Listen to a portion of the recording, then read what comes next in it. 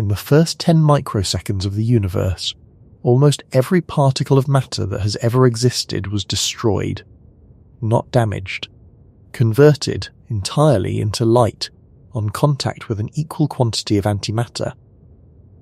What survived was roughly 1 particle in a billion, and every atom in every star in every galaxy anyone has ever photographed is built out of that remainder. That is the part physics can measure. It is also the smallest part of tonight's story, because that number is at once one of the best measured quantities in cosmology and one of the least explained.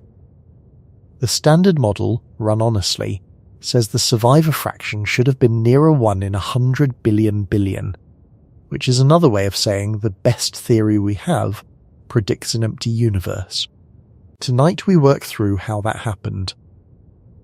A 3-page paper written in 1967 by the man who designed the Soviet hydrogen bomb, then ignored for 12 years. 45 particle decays counted on Long Island that broke a law nobody thought was breakable. The measurement at CERN in 2000, 12 that the world called a triumph, and that quietly closed the best explanation anyone had for why you exist, and 11,000 glass eyes in the dark under a mountain in Japan, waiting for a single proton to die. Settle in for this one, because the last idea only lands if you have the whole chain in front of you. If you want these episodes without ads, across every channel in the group that lives at Meridian Labs on Patreon, and Faultline Studio is one of the participating channels. You also get episodes early, before they go public. Subscribe or join if you have not. Right now, let us walk through centimetre of space around you. There are roughly 411 photons that have been travelling since the universe was about 400,000 years old. They are cold. 2.7255 degrees above absolute zero. They pass through your body constantly, and you have never felt a single one of them. For every one of those photons, there is not 1 particle of ordinary matter. There is roughly 1 particle of ordinary matter for every 1.5 billion of them. That ratio has a name in the literature. It is called the Baryon to photon ratio, and physicists write it with the Greek letter eta. The Planck satellite measured it and published the result in 2020. 6.1, 1 times 10 to the minus 10, with an uncertainty that does not show up until the 3rd significant figure. Independently, by an entirely different method, by measuring how much deuterium the universe cooked in its first 3 minutes, the same number comes out as 5.9, 3 times 10 to the minus 10. 2 completely separate lines of evidence, one from light emitted 400,000 years after the beginning, one from nuclear chemistry that happened in the first few minutes, and they agree. It is one of the best measured numbers in all of cosmology. It is also a body count, because that sea of photons is what is left over from an event in the first fractions of a second in which the universe tried to cancel itself out and very nearly succeeded. Matter and antimatter meeting, converting entirely into radiation over and over until there was almost nothing left of either. The photons you are sitting in are the fossil record of that annihilation, and the reason there is anything at all, the reason there are atoms and planets and oceans, and the specific arrangement of carbon and water reading this sentence, is that the cancellation was not perfect. It was off by about 1 part in a billion. For roughly every billion antiquarks in the early universe, there were about 1,000,000,001 quarks. The billion pairs annihilated. The one that was left over had nothing to annihilate with, and every atom in every star in every galaxy in the observable universe is made of the leftovers. You are the rounding error. Now here is the part I want you to hold on to, because everything else in this story hangs from it. Nobody knows why the extra one was there. That is not a statement about incomplete details. That is not a case where physicists have 3 candidate explanations and are waiting on the next generation of experiments to pick between them. The standard model of particle physics, which is the single most precisely tested theory in the history of human thought, which has predicted things like the magnetic moment of the electron to 11 decimal places and been right, takes the question of why there is matter in the universe and gets the answer wrong by about 10 orders of magnitude, not a 10% discrepancy. 10 factors of 10. The standard model, run honestly, predicts a universe containing roughly 1 part in 10 to the 20th of the matter that we actually observe. Which is to say, it predicts a universe that is essentially empty. Photons and neutrinos drifting through an infinite dark, no stars, no chemistry, nothing that could ever wonder about any of it. According to the best theory we have, you are not supposed to be here. I have to be precise here, because this is the kind of claim that gets made carelessly on the internet and then falls apart when somebody checks it. Let me be specific about what is and is not being said. The standard model does contain a source of asymmetry between matter and antimatter.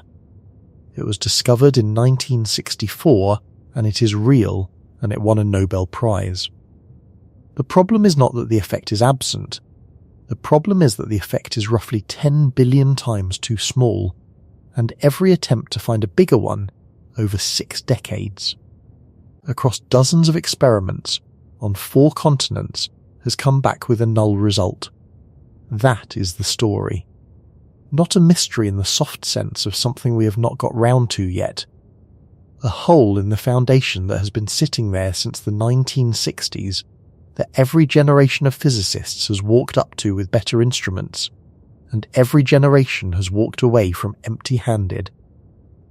And there is a European institution that has spent 40 years, and a genuinely enormous amount of money, building the only machine on Earth capable of interrogating the question directly. It sits outside Geneva. Most people who have heard of it associate it with the Higgs boson, and with a large circular tunnel.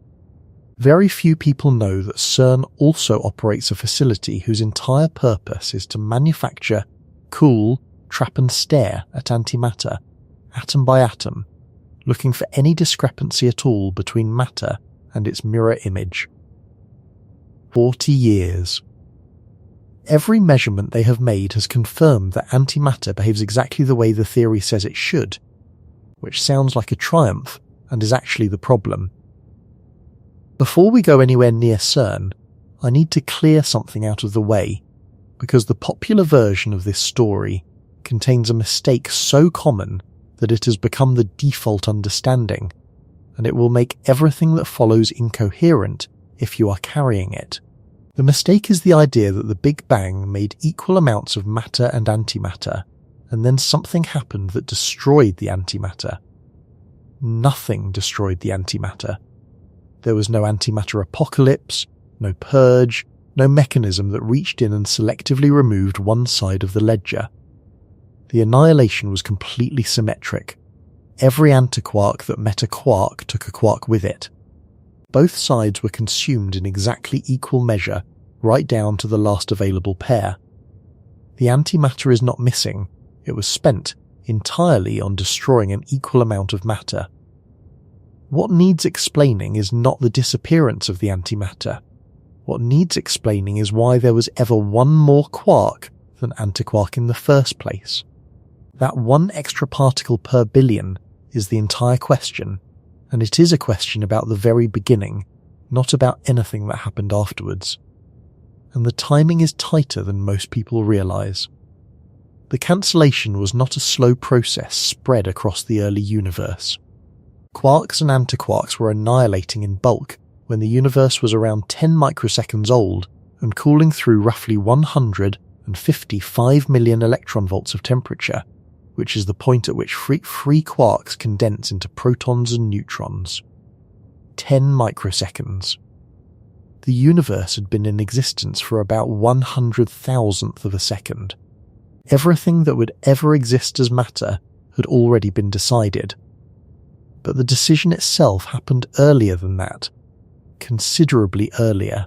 If you follow the physics backwards, the moment at which the imbalance had to be written into the universe was somewhere at or before the electroweak transition, when the temperature was about 159 gigaelectronvolts and the universe was roughly 10 picoseconds old. 10 trillionths of a second. To give you a sense of that interval, if 1 second was stretched to the current age of the universe, about 13.8 billion years, then 10 picoseconds would be about 1.5 years. That is the window in which the entire material contents of reality were determined. Not built. Determined. The difference between a cosmos and an empty light show. Settled in a period that would be a rounding error inside a rounding error at any human scale. I want to describe what the annihilation itself actually was, in physical terms, because it usually gets narrated as a kind of abstract accounting exercise, and it was not that. It was the most violent event that has ever occurred, by an enormous margin, and it happened everywhere at once. Run the universe back to about 10 microseconds after the beginning. The temperature is somewhere in the region of 155 million electron volts, which corresponds to roughly 2 trillion degrees. There are no atoms, no nuclei, no protons and no neutrons. Quarks and gluons exist as a free plasma, the densest and hottest state of matter that has ever been, and which we can now recreate in fragmentary form for a few billionths of a second by colliding lead nuclei at the Large Hadron Collider and at the relativistic heavy ion collider on Long Island. There is a source conflict on the exact temperature of that transition that I should flag rather than smooth over, because the two best lattice calculations do not quite agree. The Hot QCD collaboration puts the crossover at 156.5 million electron volts, with an uncertainty of 1.5. The Budapest Wuppertal group puts it at 158.0 with an uncertainty of 0.6. Those error bars do not overlap. The discrepancy is small and it is not important for our purposes, but I would rather you knew it was there. As the universe cools through that temperature, quarks bind into hadrons. Every quark that finds two other quarks becomes a proton or a neutron. Every antiquark that finds two other antiquarks becomes an antiproton or an antineutron. And then those hadrons and antihadrons find each other. A proton meeting an antiproton does not chip, it does not deform. Both particles cease to exist entirely, and their combined rest energy, about 1.87 gigaelectronvolts, emerges as a shower of pions which decay within nanoseconds into photons and neutrinos. Nothing is left behind. This is the only process in nature that converts matter to energy at 100% efficiency. Nuclear fission converts about 0.1% of the mass of a uranium nucleus. Fusion in the core of the Sun converts about 0.7%. Annihilation converts all of it. Now scale that up. Every proton in the universe at that moment, and every antiproton, participating in that reaction simultaneously across all of space, everywhere. For as long as it took the densities to drop below the point where they could find each other. The photon sea you are sitting in is what that produced. The next part needs phrasing carefully, because there is a version of it that sounds better and is not quite accurate. You will sometimes see it said that every photon in the cosmic microwave background is the corpse of an annihilation event. That is too strong.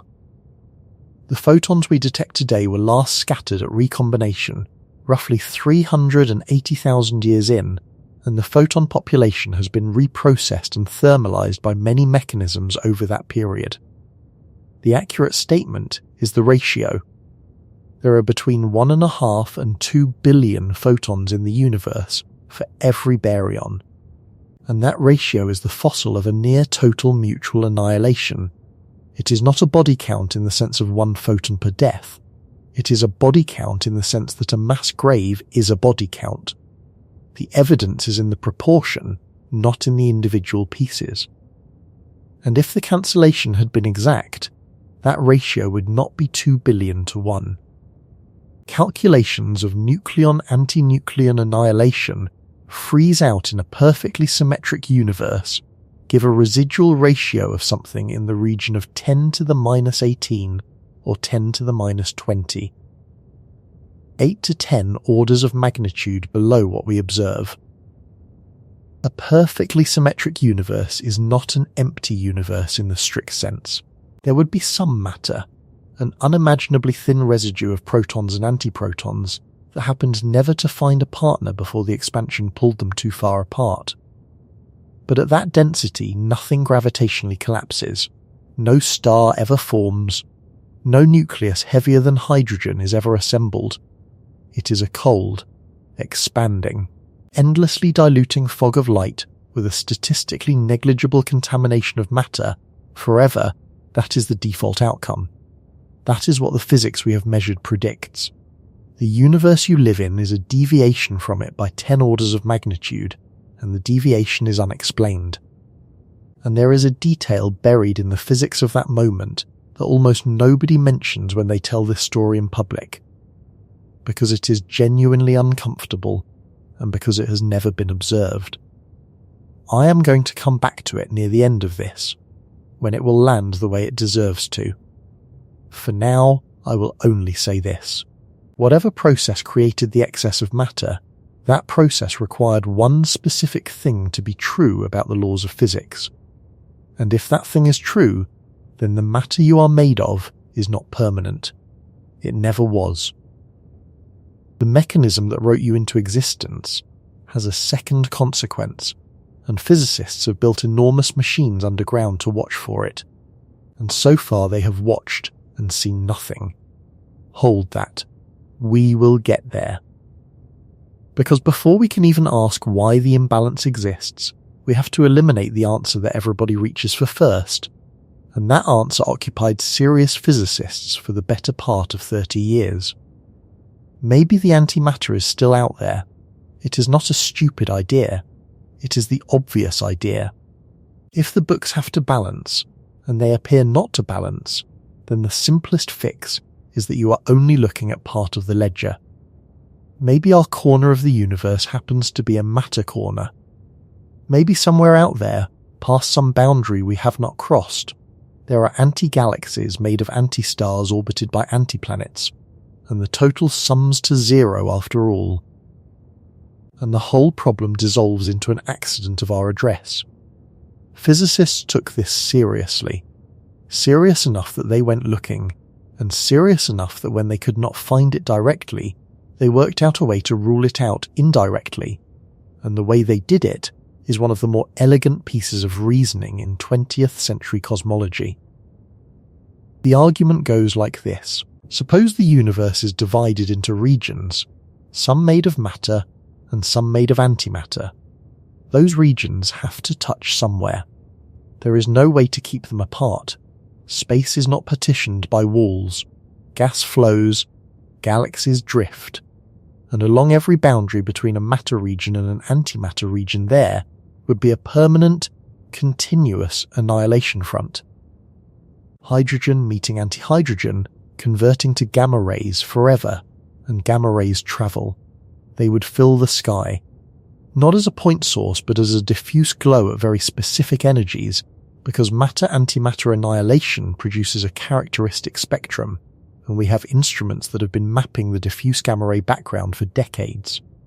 In 1997, 3 physicists wrote the paper that closed the door: Andrew Cohen, then at Boston University, Alvaro de Ruhula at CERN, and Sheldon Glashow at Harvard, who had already won a Nobel Prize 18 years earlier for the electroweak theory. The paper was titled A Matter-Antimatter Universe with a question mark, and it appeared in the Astrophysical Journal in 1998. They calculated exactly how much annihilation radiation you would see from the boundaries of antimatter domains of various sizes, and compared it against the observed gamma-ray background. The result was brutal. If there is an antimatter region anywhere in the observable universe, it would have to be so large that our own matter region is essentially the entire visible cosmos. The figure they arrived at is that any such domain would need to be bigger than about a gigaparsec, which is roughly 3 billion light-years across, and even that is an understatement of how tight the constraint really is. Their own conclusion, in the paper, is one sentence. On general grounds, they wrote, "A matter-antimatter symmetric universe is empirically excluded, not disfavoured and not unlikely. Excluded, and the closer you look at nearby structures, the worse it gets. There is no annihilation radiation coming out of the Virgo cluster, which puts a hard ceiling on how much antimatter can be sitting inside a volume roughly 65 million light-years wide. Galaxy clusters are full of hot X-ray emitting gas that flows freely between member galaxies.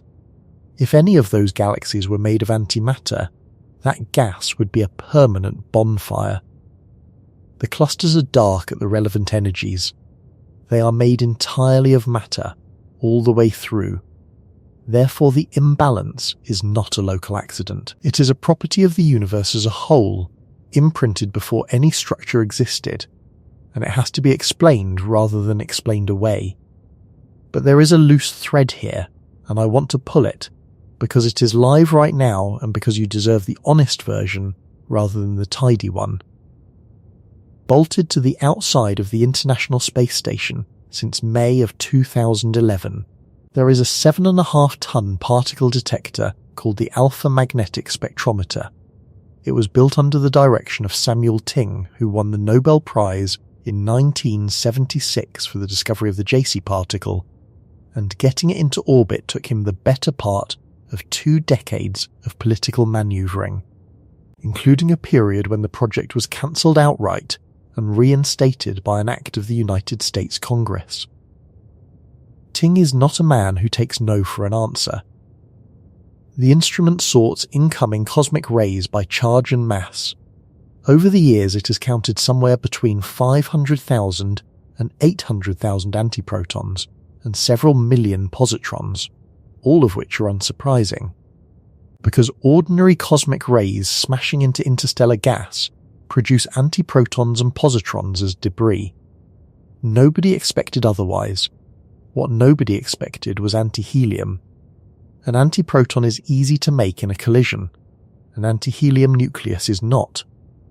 You need 2 antiprotons and 2 antineutrons to find each other and stick together in the same tiny volume of space at the same instant.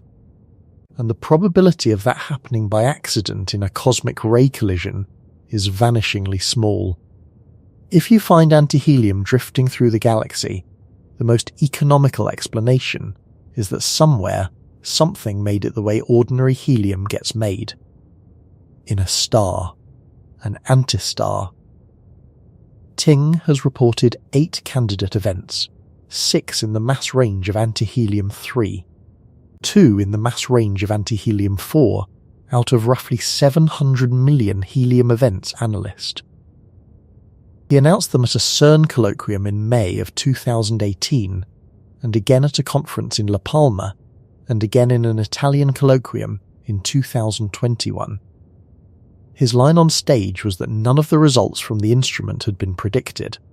Here is where I have to be straight with you rather than exciting. Those 8 events have never been published in a peer-reviewed journal. As of the most recent information available to me, the collaboration has not put them through the process.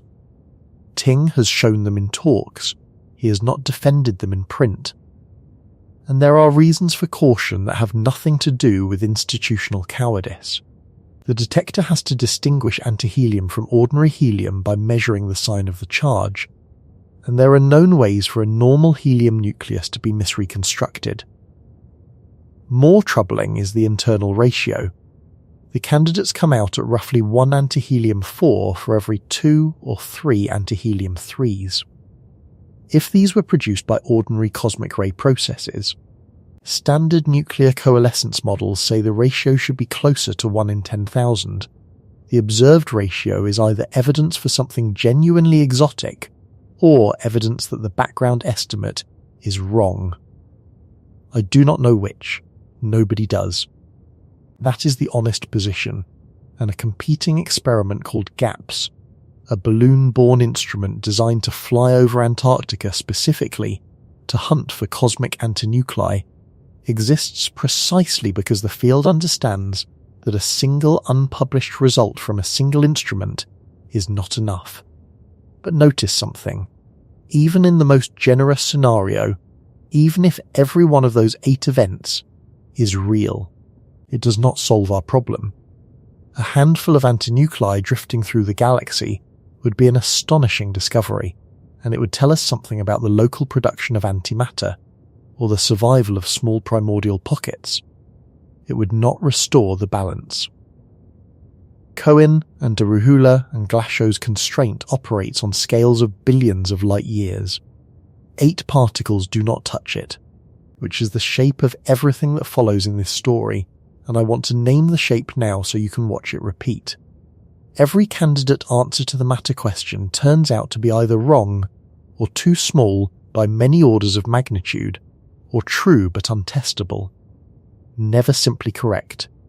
Never enough. The gap between what the universe evidently did and what our physics can account for stays open no matter which direction you approach it from. Therefore, we are stuck with the difficult version. The excess of matter was created.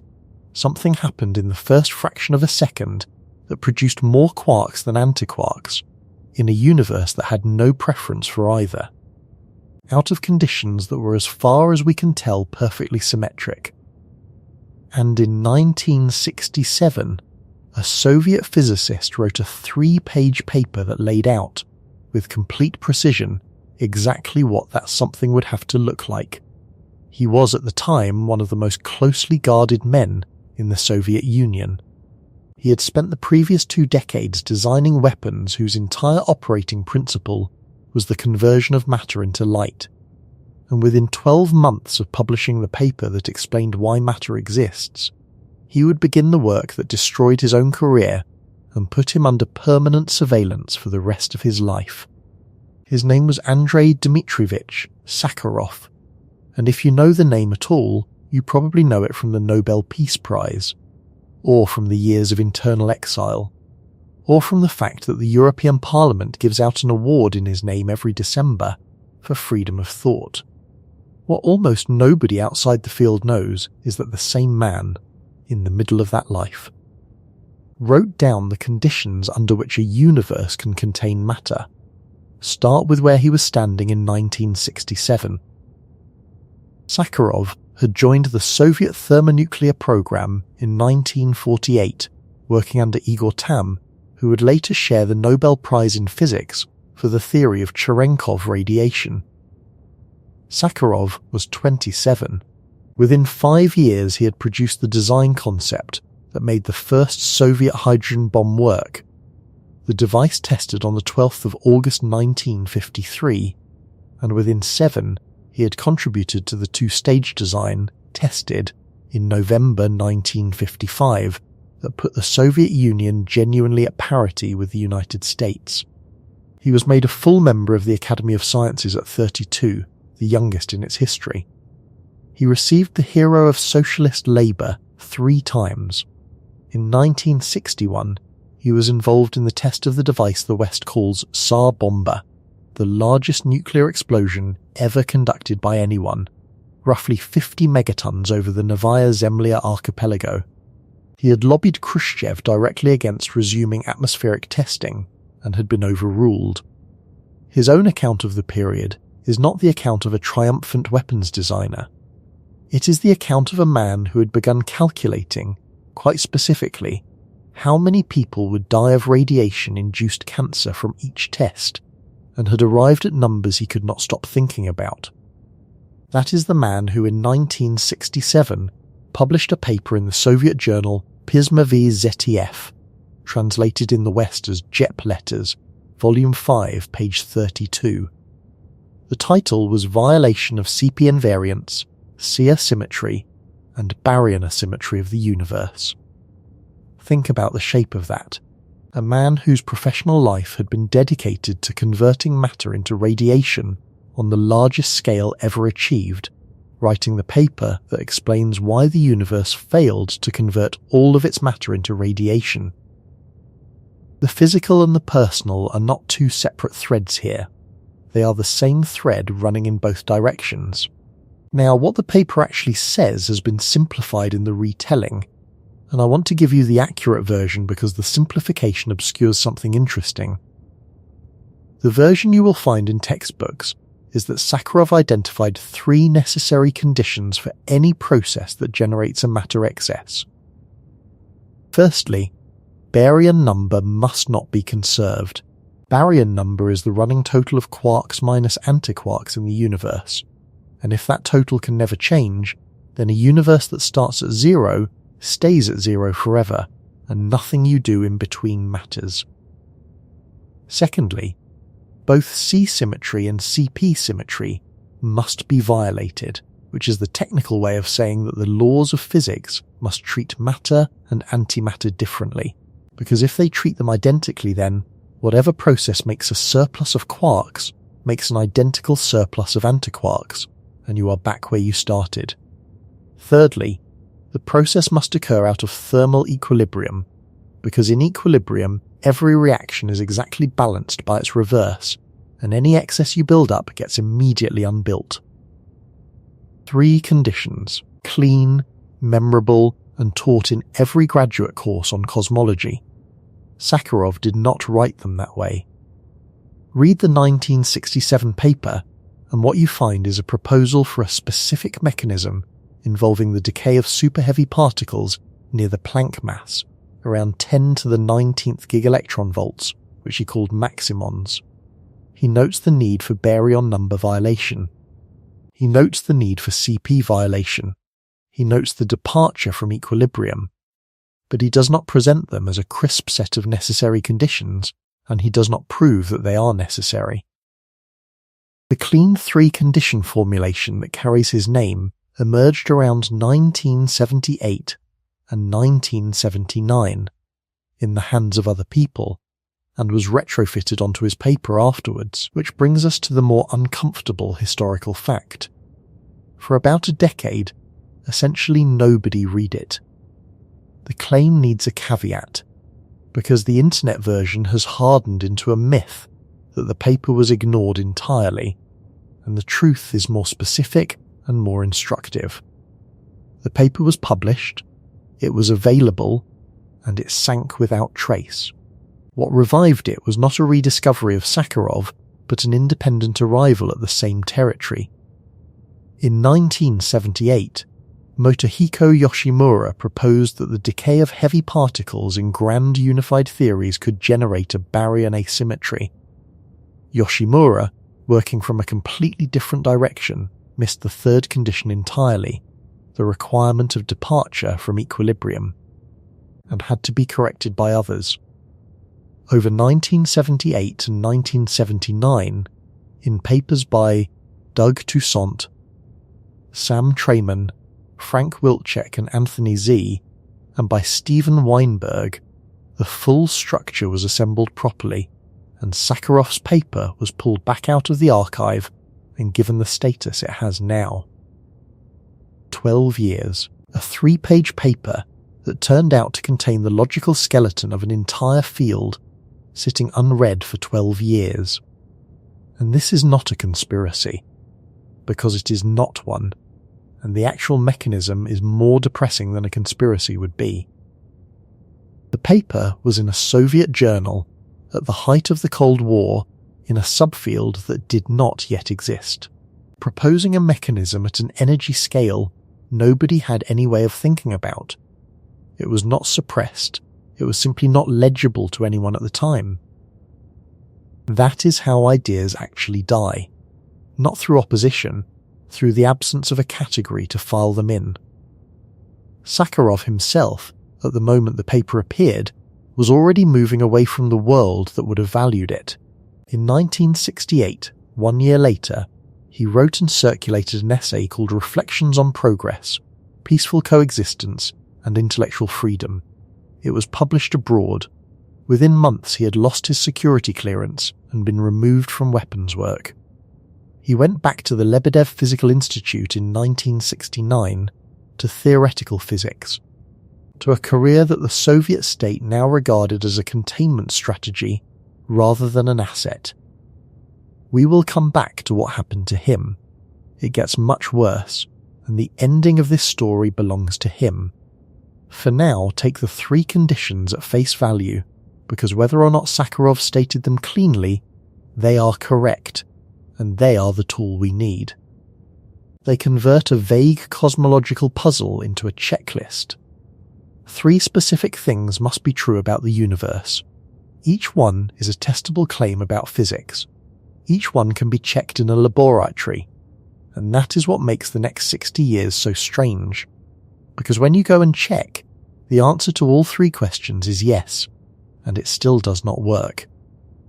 Condition 2 is the one where we have the most evidence, so start there. Do the laws of physics treat matter and antimatter differently? The answer is yes.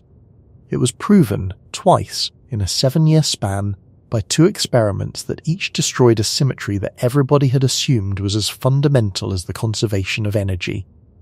And both times the physicists who did the destroying were, in one way or another, cheated. In the middle of 1956, 2 young theorists named Sung-Dao Lee and Chen-Ning Yang went looking through the experimental literature for evidence that the weak nuclear force respects mirror symmetry. Mirror symmetry, which physicists call parity, is the assumption that the laws of physics do not distinguish left from right. If you built an exact mirror image of any experiment, it should behave in the exact mirror image way. Nobody had ever seriously questioned it. It was in the same category as the assumption that the laws are the same on Tuesday as they are on Monday. What Lee and Yang found, and published in Physical Review Volume 104, page 254, was that in the case of the weak force, nobody had ever actually checked. The assumption had been carried over from the strong force and electromagnetism, where it had been verified, and applied to the weak force out of habit.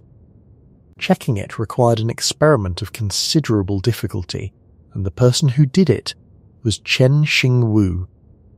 Wu had arrived in the United States from Shanghai in 1936 intending to study at the University of Michigan, discovered that women there were not permitted to use the front entrance of the student union, and went to Berkeley instead.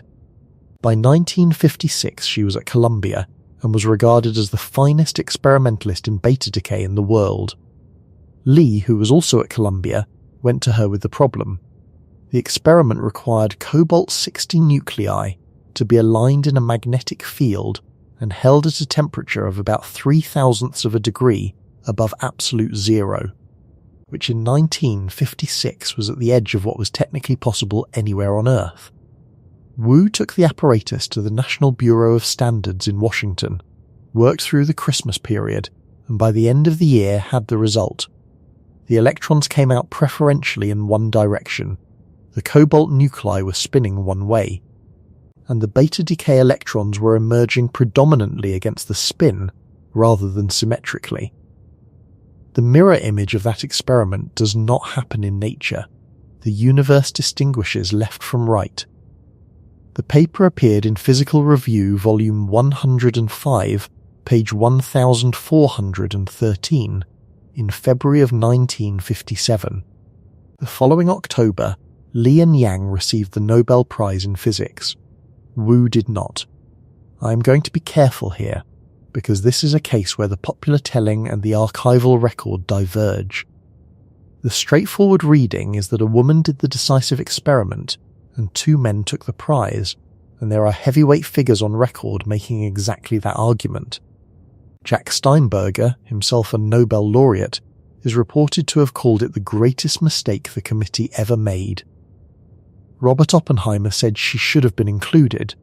Against that, historians who have gone into the Nobel archives, including Magdalena Hargitay and separately Larson and Wyss, have pointed out that the nomination process in that specific year did not include any of the experimentalists who measured parity violation, and that the committee cannot award a prize to someone nobody nominated. Both things can be true. The outcome was unjust, and the mechanism of the injustice was upstream of the committee. What is not in dispute is the physics. Parity, one of the great assumed symmetries of nature, was dead by 1957.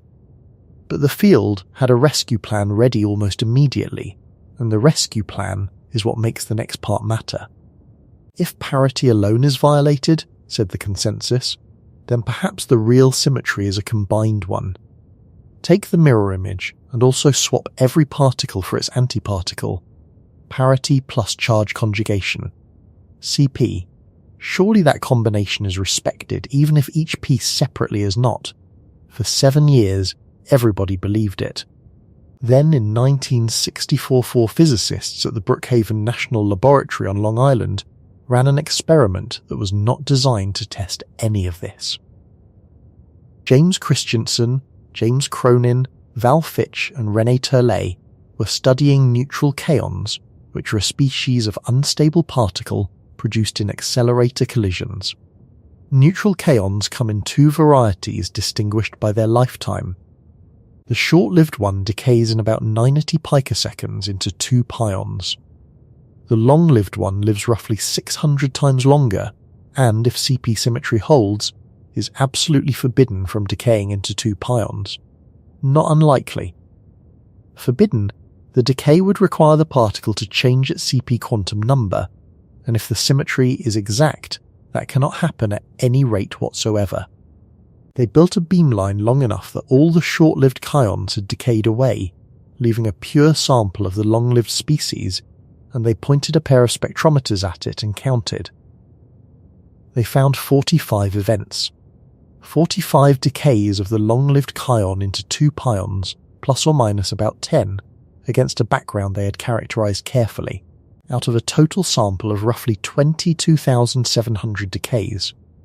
A branching ratio of about 2 parts in 1,000, or as it is sometimes put, about 1 in 500 of the charged decay modes. 45 particles doing something the laws of physics said they could not do.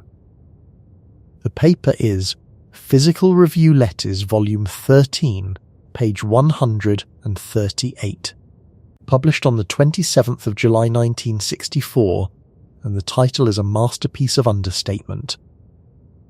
Evidence for the 2-pi decay of the K20 meson. No adjectives. No claim of significance. 4 pages announcing that the universe has a preferred handedness in a way that survives even when you swap matter for antimatter. Cronin and Fitch received the Nobel Prize in 1980. Christiansen and Turlet did not. I count that as twice, in 7 years, that the Nobel Committee looked at a small group of people who together broke a fundamental symmetry of nature and decided that some of them were more responsible than others. There is a pattern in how credit gets allocated in this field, and it is not tightly correlated with who did the work. Now, before we get to why 1964 matters for our question, I want to show you what CP violation actually means, because the technical statement conceals something much weirder than it sounds. Here is a problem that physicists used to discuss as a genuine puzzle. Suppose you are communicating with an alien civilization by radio. You have no shared objects, no shared images, nothing but a channel carrying language. You have managed to establish mathematics and physics and chemistry. Now try to tell them what you mean by left. You cannot do it geometrically. Any description of left that you give, they can interpret as right, and every consequence will follow identically. Because the mathematics of space does not distinguish the two.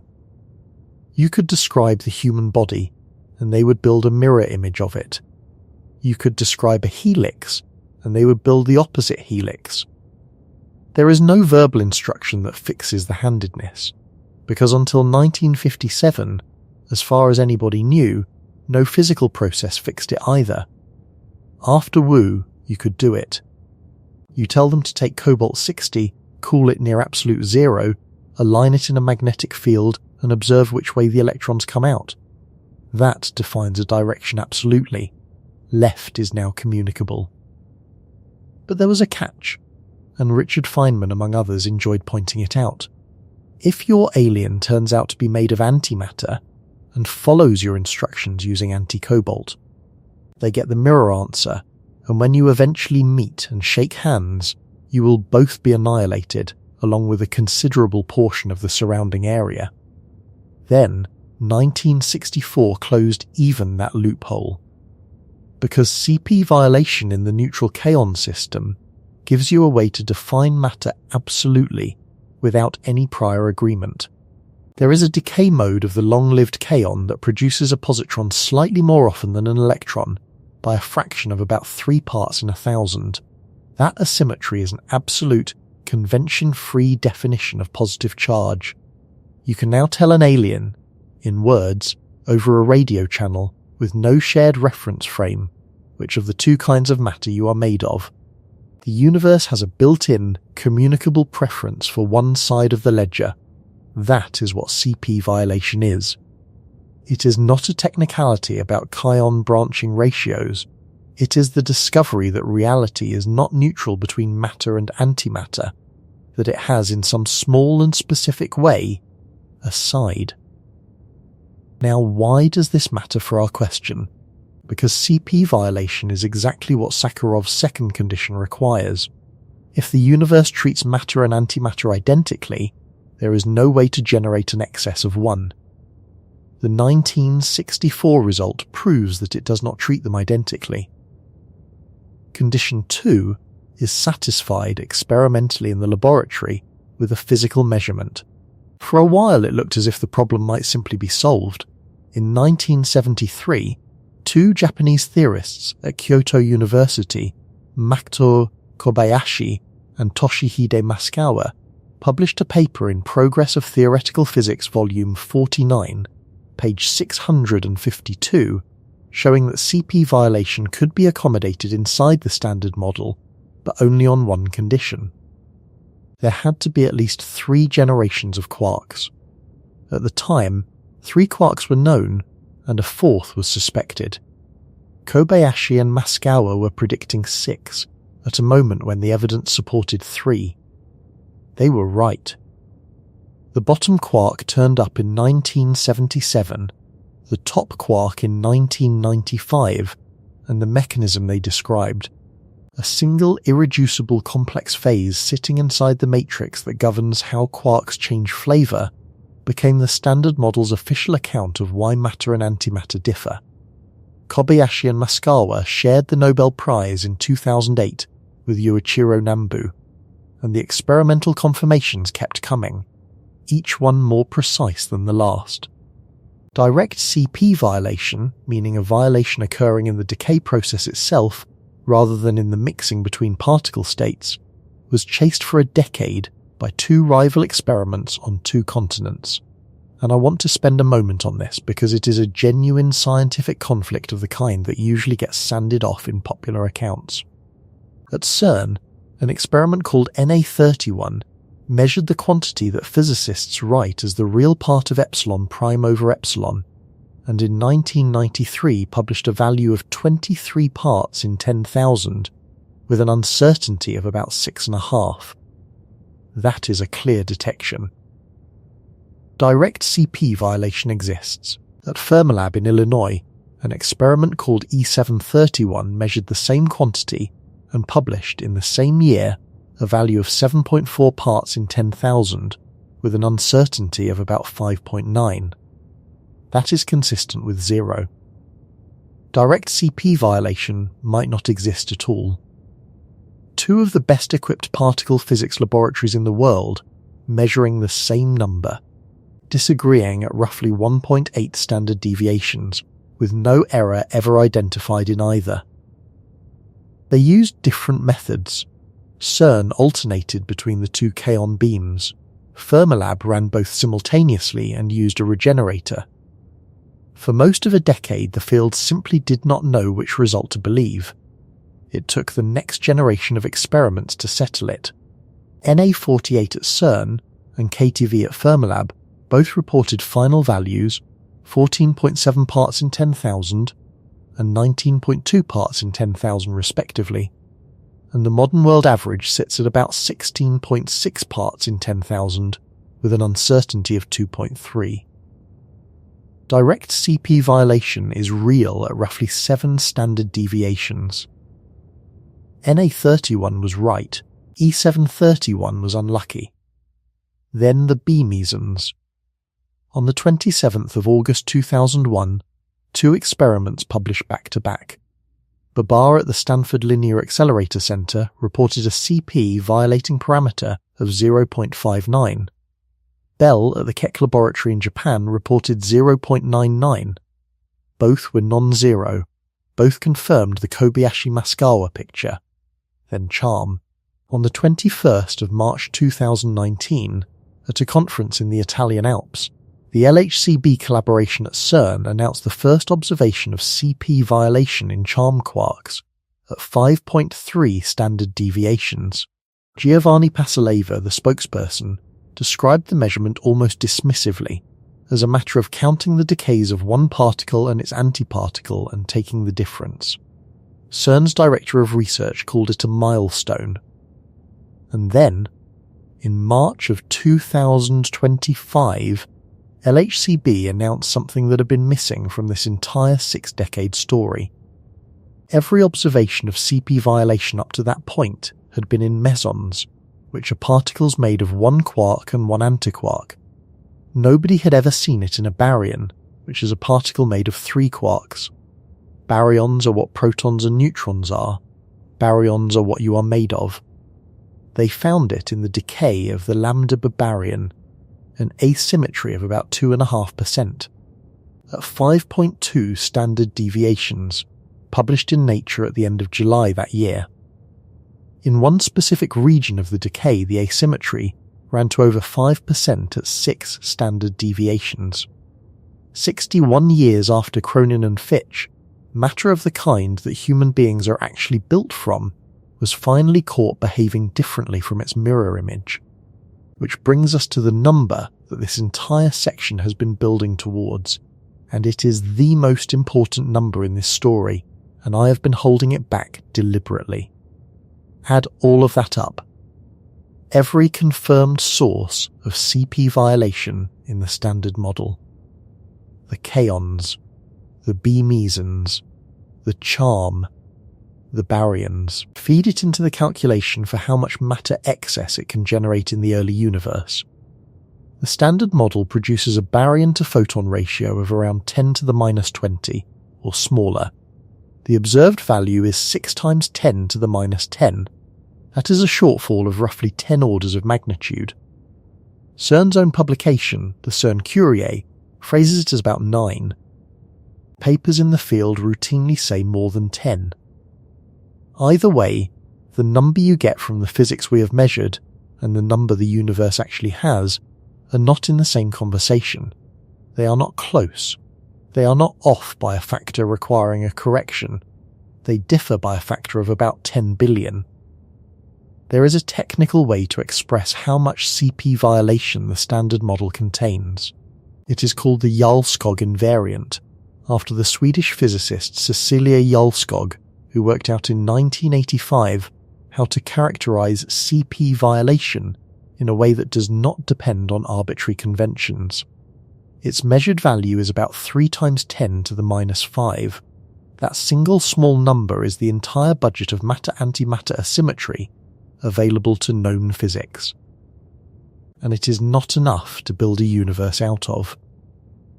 Here is the misconception I want to correct, and it is one of the most widespread errors in popular science writing about this subject. You will read, constantly, that the 1964 discovery of CP violation explained the matter-antimatter asymmetry. It did not. It established that Sakharov's second condition is satisfied in principle. It did not come remotely close to satisfying it in quantity. Cronin and Fitch found the mechanism, and the mechanism turned out to be about 10 billion times too weak. Val Fitch's Nobel lecture and James Cronin's Nobel lecture were published in Reviews of Modern Physics in 1981, and Cronin's is titled CP Symmetry Violation: The Search for Its Origin. Note the phrasing. 17 years after the discovery, the man who made it was still calling it a search, and still calling the origin unknown. Therefore, condition 2 is a dead end, confirmed as present, confirmed as insufficient, and nothing anybody has measured in the 62 years since has closed the gap by even 1 order of magnitude, let alone 10. Which sends us to condition 3, and this is where the story turns from a shortfall into something closer to a demolition. Condition 3 says the process must occur out of thermal equilibrium. In equilibrium, everything is reversible. Any process that produces a surplus of quarks is exactly balanced by a process that consumes them. You cannot build up a lasting excess in a system that is happily sitting at a single temperature with everything in balance. You need a rupture, something that throws the early universe violently out of equilibrium at exactly the right moment. And the Standard Model appeared, for a long time, to contain exactly such a rupture, built in at exactly the right energy. The idea is called electroweak baryogenesis, and it is genuinely elegant. In the very early universe, above a temperature of roughly 160 gigaelectronvolts, the Higgs field sits at 0, and all the fundamental particles are massless. As the universe expands and cools, the Higgs field switches on, and particles acquire mass. If that switch happens as a first-order phase transition, the way water turns to ice, then it happens by nucleation. Bubbles of the new phase form at random points in space, and expand outwards at high speed, and the boundaries of those bubbles sweep through the plasma like walls. That is your departure from equilibrium. The bubble wall is a moving front where the physics on one side is different from the physics on the other. Particles scatter off it. If there is CP violation, they scatter asymmetrically, matter piling up preferentially on one side, antimatter on the other. And then, crucially, a process operating in the unbroken phase converts that asymmetry into a permanent baryon excess before the bubble swallows it. That process has a name, and it is one of the strangest objects in theoretical physics. In 1976, Gerard Hooft published a paper in Physical Review Letters, volume 37, page 8, showing that the Standard Model does not actually conserve baryon number. Everybody had assumed it did, because no experiment had ever seen it violated, and because the conservation appears to fall out of the equations naturally. What Hooft demonstrated is that it falls out only at the level of the classical equations. Once you include quantum effects, specifically an effect called the chiral anomaly, baryon number can change. At ordinary temperatures, the effect is suppressed so hard as to be irrelevant. The suppression factor is roughly e to the minus 170. That is a number so small that if every proton in the observable universe had been trying since the beginning of time, you would still expect 0 events. But in 1984, Franz Klinkhammer and Nicholas Manton found the object that gets around the suppression. Physical Review D, Volume 30, page 2212. They showed there is an unstable configuration of the electroweak field sitting at the top of the energy barrier, a saddle point, with an energy of roughly 9 to 10 teraelectronvolts. They called it the sphalerons, from a Greek word meaning ready to fall. At low temperature, you have to tunnel under that barrier, which is why nothing ever happens. At high temperature, you can simply walk over the top. And in 1985, Vadim Kuzmin, Valery Rubikov and Mikhail Shaposhnikov showed that above the electroweak transition temperature, sphalerons transitions are not suppressed at all. They are rapid, constant, and everywhere. I should correct a misconception here, because sphalerons get described badly. A sphaleron is not a particle. You cannot make one in a collider and detect it. It is a configuration of fields, a specific path over an energy barrier, and its relevance is thermodynamic rather than particulate. It matters because in the first 10 picoseconds of the universe, that barrier was being crossed continuously, and every crossing changed the total number of quarks in the universe. Which sounds like it should solve everything. Condition 1. Baryon number violation, satisfied by sphalerons. Condition 2. CP violation, satisfied by the Kobayashi-Maskawa mechanism. Condition 3. Departure from equilibrium, satisfied by the electroweak phase transition. All three of Sakharov's requirements, present inside the standard model, at the same energy scale, in the same moment of cosmic history. For most of the 1990s, this was the leading explanation for why you exist. But there was a condition attached, and the condition depended on a number nobody had measured yet. The electroweak transition is only a genuine first-order phase transition, with bubbles and walls, and a real departure from equilibrium if the Higgs boson is light. If the Higgs is heavy, the transition is not a phase transition at all. It is a smooth crossover, like heating water past its critical point where the distinction between liquid and gas simply dissolves. No bubbles, no walls, no rupture, nothing out of equilibrium. Through the 1990s, a group at CERN and in Helsinki did the calculation properly, on the lattice, numerically, because the problem is not tractable by hand.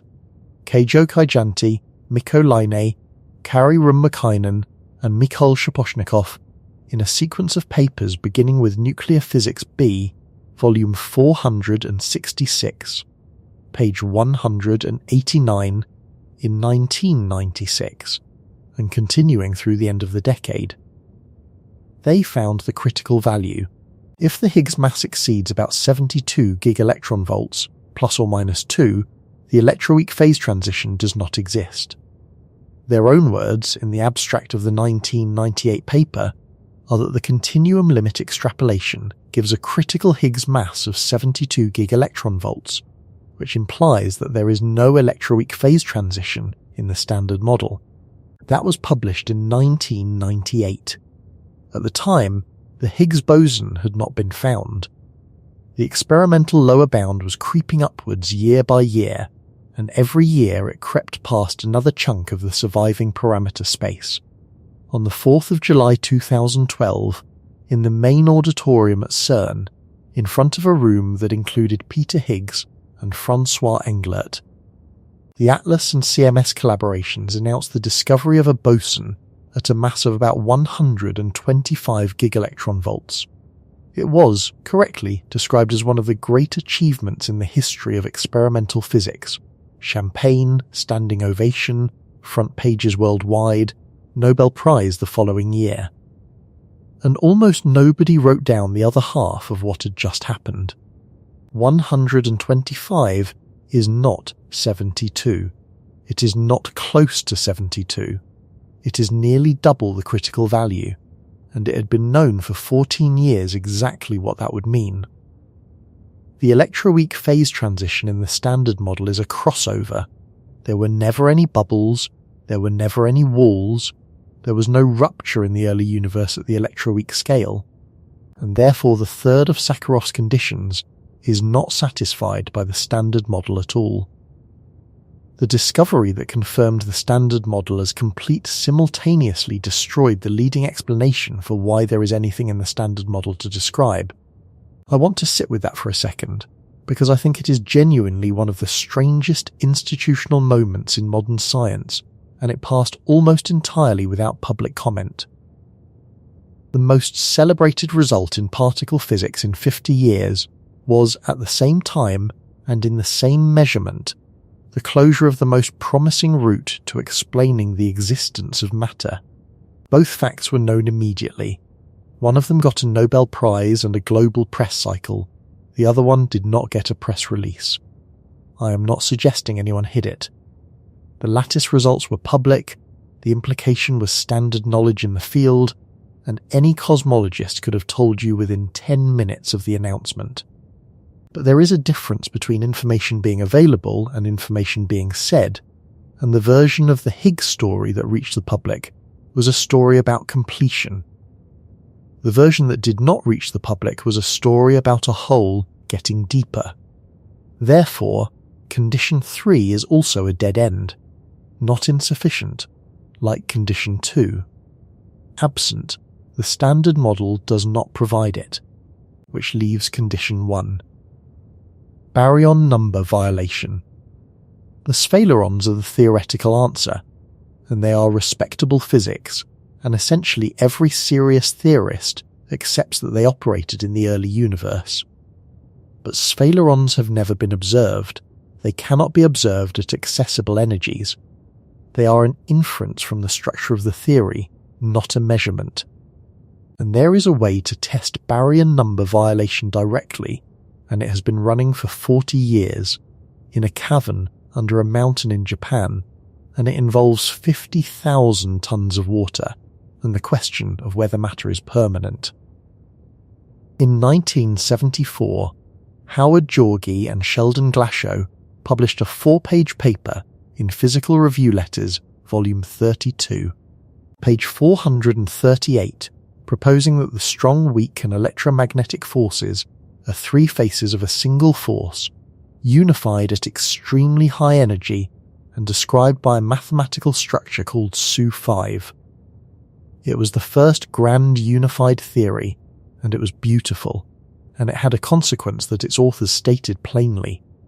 If the forces unify, then quarks and leptons are the same kind of objects seen at different energies, and if quarks can turn into leptons, then protons are not stable.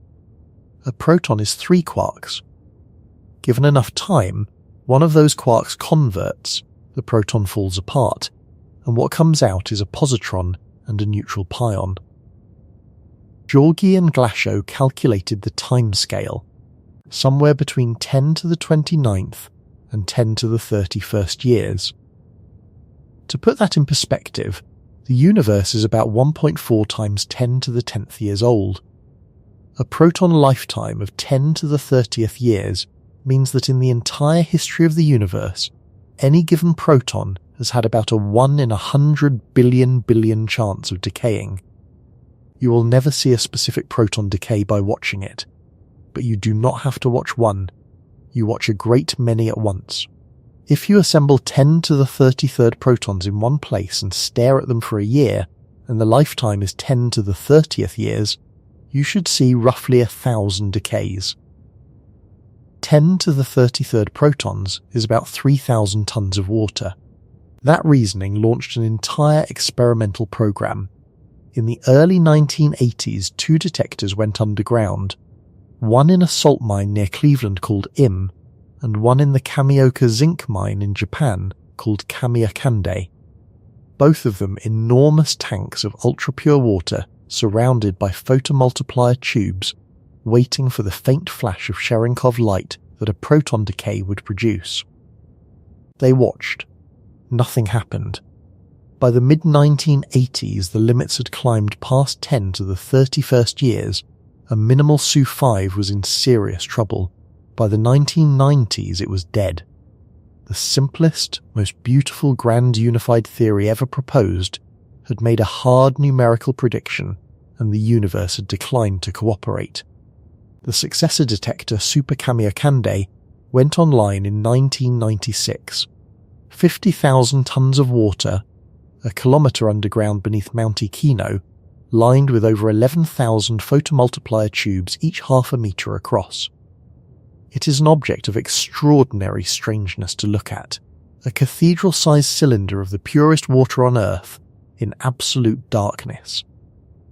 Watched by 11,000 glass eyes, in silence waiting, the most recent published result, from an analysis of the full data set covering an exposure of 450 kiloton years, sets the lower limit on the proton lifetime in the positron plus neutral pion channel at 2.4 times 10 to the 34th years, at 90% confidence. The number of candidate events observed was 0. 0 in 4 decades in the most sensitive detector ever built for the purpose, across a mass of water containing more protons than there are stars in 100 billion galaxies. Not one proton has been caught dying. Now I want to tell you what those 11,000 eyes are actually watching for, because the way this experiment gets described in public is as a test of grand unified theories, which is true but is not the deep version.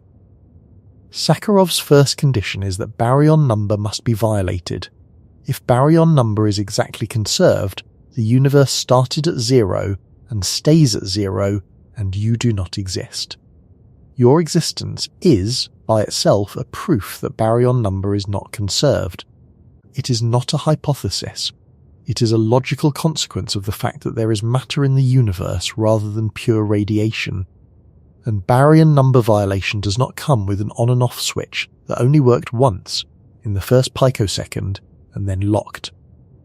Whatever process changed the count then is, in almost every model anyone has written down, still operating now. At an absolutely negligible rate, but not at 0. Which means the protons in your body are not stable. They are extremely long-lived. That is not the same thing. Super-Kamiokande is not just testing a theory of unification. It is asking whether the matter you are made of has an expiry date, and the answer it keeps returning is that if there is one, it is longer than 2.4 times 10 to the 34th years, which is not the same as saying there is not one. Hold that thought again. I said earlier I would come back to it, and this is the second time, and there is a third. The successor is being built.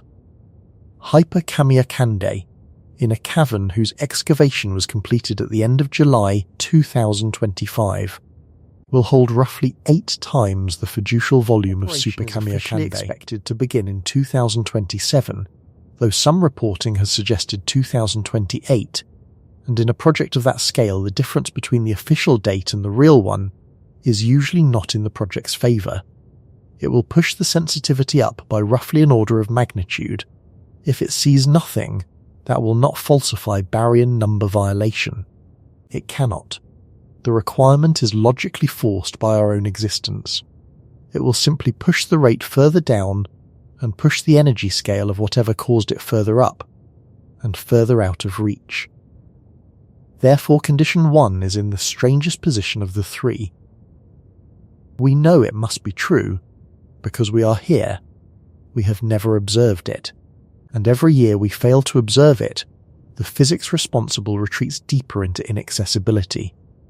3 conditions: 1 insufficient by 10 orders of magnitude, 1 absent from the standard model entirely, and 1 logically required but experimentally invisible. Which is roughly the state of theoretical understanding when you walk through the gate at CERN and go looking for the building where they make antimatter by hand.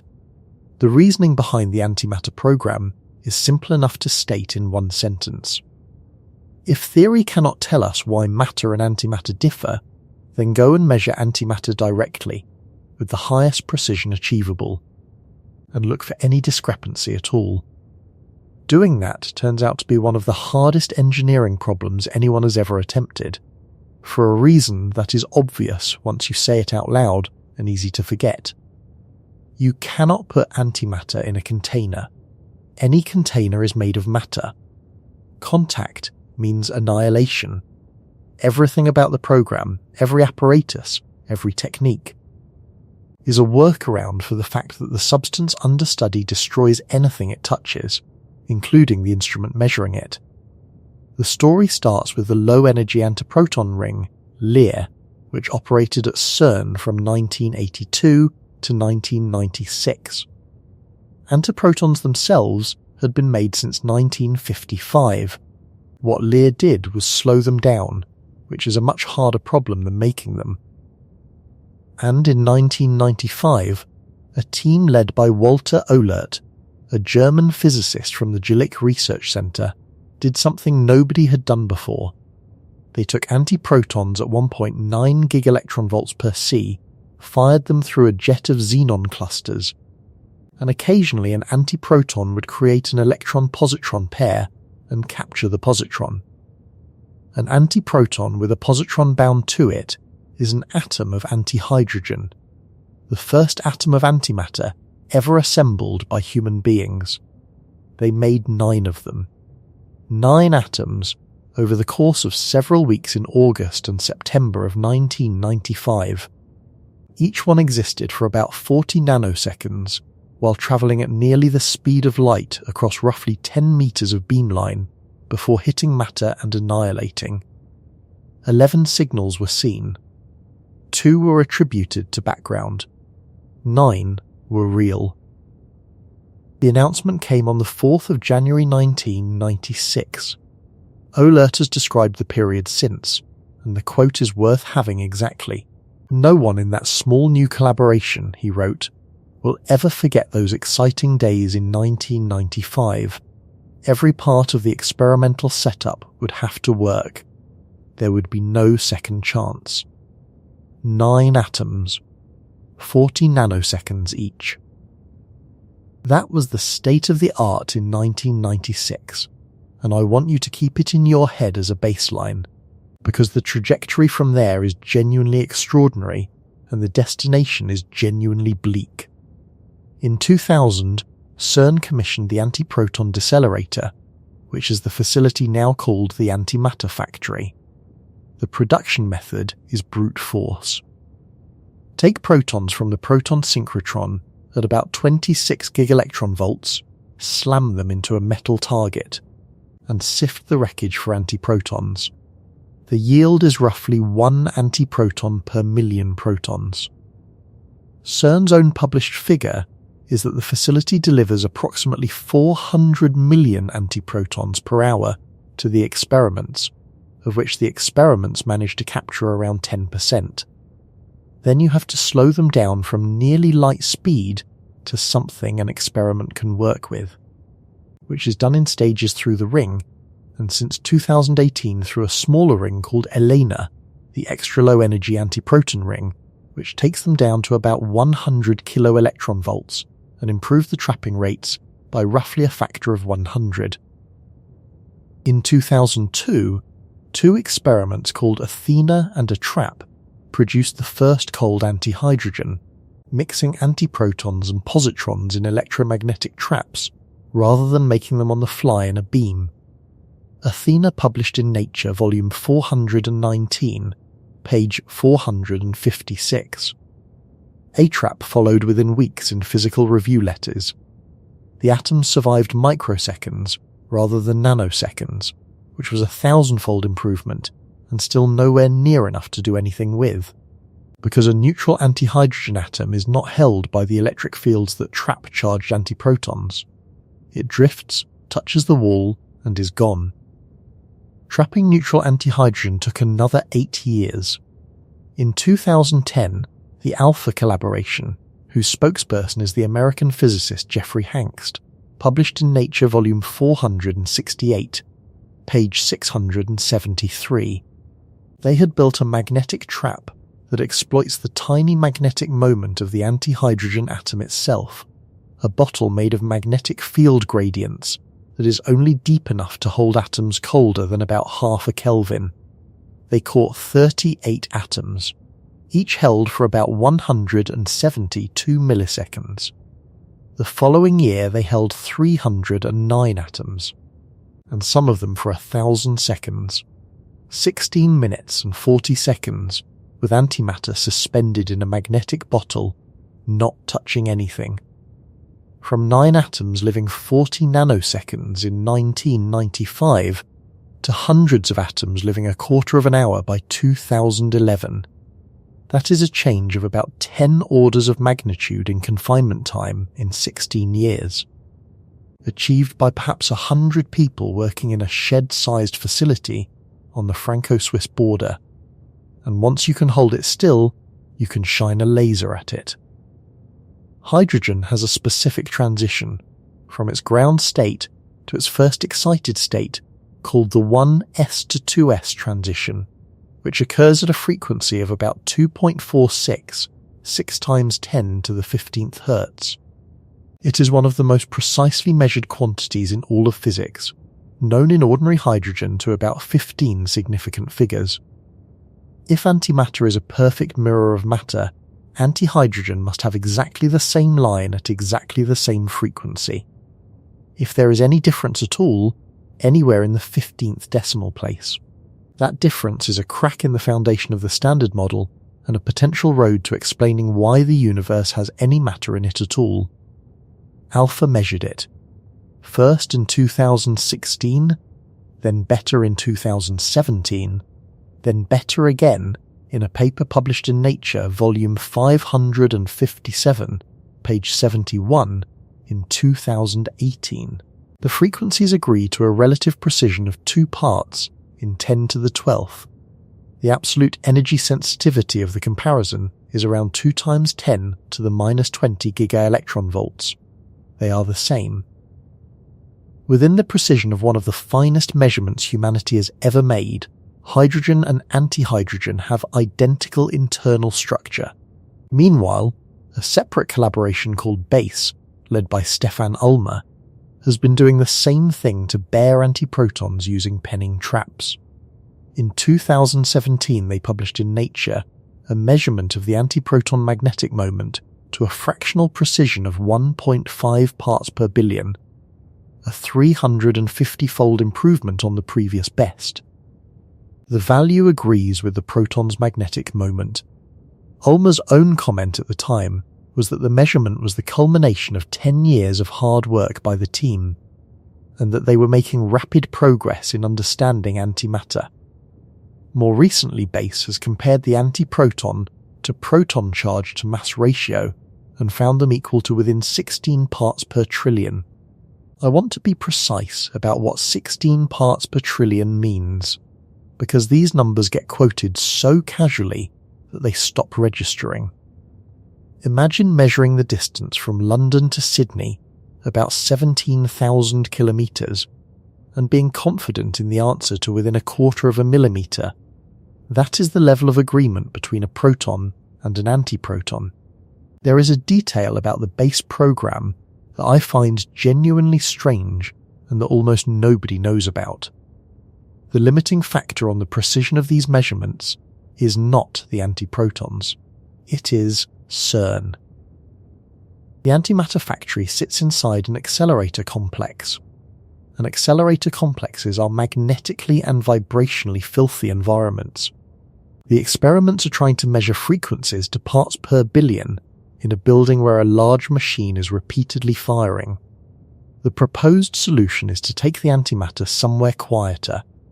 A project called BaseStep, led by Christian Smorer, has built a portable penning trap, a transportable superconducting magnet with antiprotons suspended inside it in vacuum. Designed to be loaded onto the back of a lorry, in 2024 they successfully transported roughly 100,000 protons across the CERN site by road as a proof of concept. The antiproton version has been reported as a subsequent milestone, and I would suggest verifying the exact date before repeating it, because this is recent and the reporting has been loose. Sit with the image for a moment.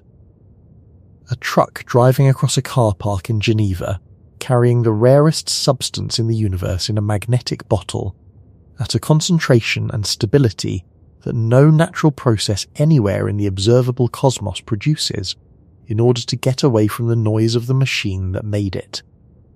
And the reason for all that effort, the reason for the traps and the lasers and the lorry, is that if any of these numbers came out different from the matter equivalent, by even a fraction in the last decimal place, it would be the most important result in physics since the discovery of the Higgs. It would mean CPET symmetry is broken. It would mean the entire structural foundation of quantum field theory has a crack in it. And it would open a door to explaining why there is matter at all. Every measurement comes back the same. And there is one more, and it is the one that finally settled a question that had been genuinely open for 80 years. Does antimatter fall down? It sounds like a silly question. General relativity says it must, because gravity couples to energy, and antimatter has positive energy. But nobody had ever directly measured it, and a small number of serious physicists had proposed models in which antimatter has negative gravitational mass and falls upwards.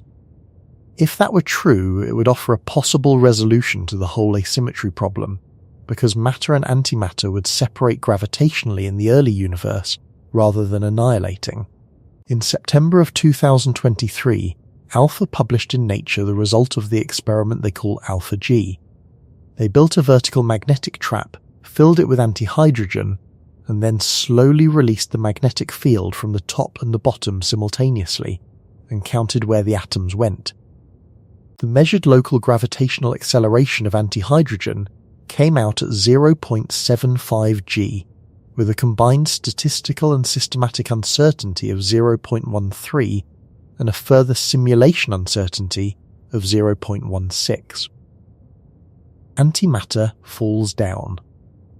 At roughly the rate ordinary matter falls, to about 25% precision, which is not yet good enough to detect any exotic small deviation, but is emphatically good enough to kill antigravity, which corrects one of the most persistent misconceptions about this subject. Antimatter is not opposite matter. It does not have negative mass. It does not fall up. It is not made of negative energy. It is ordinary matter with the sign of certain quantum numbers reversed. And it has positive mass. And it falls, and if you had a kilogram of it in your hand, it would weigh exactly a kilogram for the fraction of a second before it, and your hand ceased to exist. While I am correcting things, let me deal with the other one. Antimatter is not a fuel, and it is not a weapon, and it never will be. Fermilab's entire antiproton production, over the lifetime of the Tevatron, amounted to about 15 nanograms. CERN has produced roughly 1 nanogram. DESI in Hamburg has produced about 2 nanograms of positrons. CERN's own summary is that all the antimatter ever made in its history amounts to less than 10 nanograms, which contains only enough energy to run a 60-watt light bulb for about 4 hours. Michael Doser, who works on the Aegis experiment at the Antimatter factory, put it better than I can. If you destroyed all the antimatter being made in the course of a year, he said, it would not even be enough to boil a cup of tea. A NASA study from 1999 by Harold Jerish estimated the cost of producing a single gram of antiprotons at $62.5 trillion. Production efficiency is somewhere around 1 part in a billion. The physics does not permit a shortcut. Antimatter is the most expensive substance in the universe by an enormous margin, and it always will be. Now step back and look at what 40 years of that program has produced. The 1s to 2s transition, identical to 2 parts in 10 to the 12th. The magnetic moment, identical to 1.5 parts per billion. The charge to mass ratio, identical to 16 parts per trillion. Gravity down as expected. Every single measurement is a null result. Every single one confirms that antimatter is exactly, precisely, boringly what the standard model predicts. And here is the friction, and I want to put it plainly because the field does not phrase it this way in public. That sequence of results is usually presented as a triumph of precision measurement, and as a triumph of precision measurement it absolutely is. But as an answer to the question that motivated the entire enterprise, it is 40 years of failure. The Antimatter factory was built because there is a hole in our understanding of why the universe contains matter, and the strategy was to find some difference between matter and antimatter big enough to fill it. The strategy has not worked. Not partially, and not incrementally. Every door has been opened, and every room behind it has been empty, to 11 decimal places. That is not a criticism of the experiments, which are magnificent. It is a statement about what the experiments have told us, and what they have told us is that the answer is not there. Therefore, we have to go looking somewhere else entirely, and the places left to look are getting strange. If the standard model does not have enough CP violation, then there must be more of it somewhere, in some sector of physics we have not accessed yet. That is the assumption every model beyond the standard model has been built on for 4 decades. And there is a way to look for it that does not require a bigger collider. It requires an experiment small enough to fit on a table. The idea is called an electric dipole moment. In ordinary matter, an object with an electric dipole moment has its positive charge slightly displaced from its negative charge. A water molecule has one. What is odd is that a fundamental particle, which as far as we know has no internal structure and no size, should not have one at all, unless the laws of physics violate time reversal symmetry. The logic is subtle, but it is airtight. A neutron has a spin, and spin defines an axis. If the neutron also had an electric dipole moment, the dipole would have to point along that axis, because there is no other direction available. Now run time backwards. Spin reverses. The dipole does not, because charge distribution does not care about the direction of time, which means that under time reversal the neutron would be transformed into a different object, one where the dipole points the other way relative to the spin. That is a violation of time reversal symmetry, which by a deep theorem is equivalent to CP violation. Measure a non-zero electric dipole moment on a fundamental particle, and you have found new CP violation. It is that direct. Physicists have been measuring it since the 1950s, when Norman Ramsey and Edward Purcell first proposed it. The limit has improved by roughly 6 orders of magnitude since then, and the answer has been 0 every single time. The current best measurement on the neutron comes from the Paul Scherrer Institute in Switzerland, published in Physical Review Letters, volume 124 in 2020. The measured value is 0.0, plus or minus 1.1 statistical, plus or minus 0.2 systematic, times 10 to the minus 26 centimeters. The upper limit is 1.8 times 10 to the minus 26 centimeters at 90% confidence. A scale on that number. If the neutron were scaled up to the size of the Earth, the displacement between its centers of positive and negative charge would be smaller than the width of a human hair. Considerably smaller. The electron is even more constrained. In 2018, the ACME collaboration at Harvard and Yale, using thorium monoxide molecules, set a limit of 1.1 times 10 to the minus 29 centimeters. In 2023, a group at Gila in Colorado, led by Eric Cornell and Janier, using trapped hafnium fluoride molecular ions, published in Science Volume 381, page 46, and pushed it to 4.1 times 10 to the minus 30 centimeters.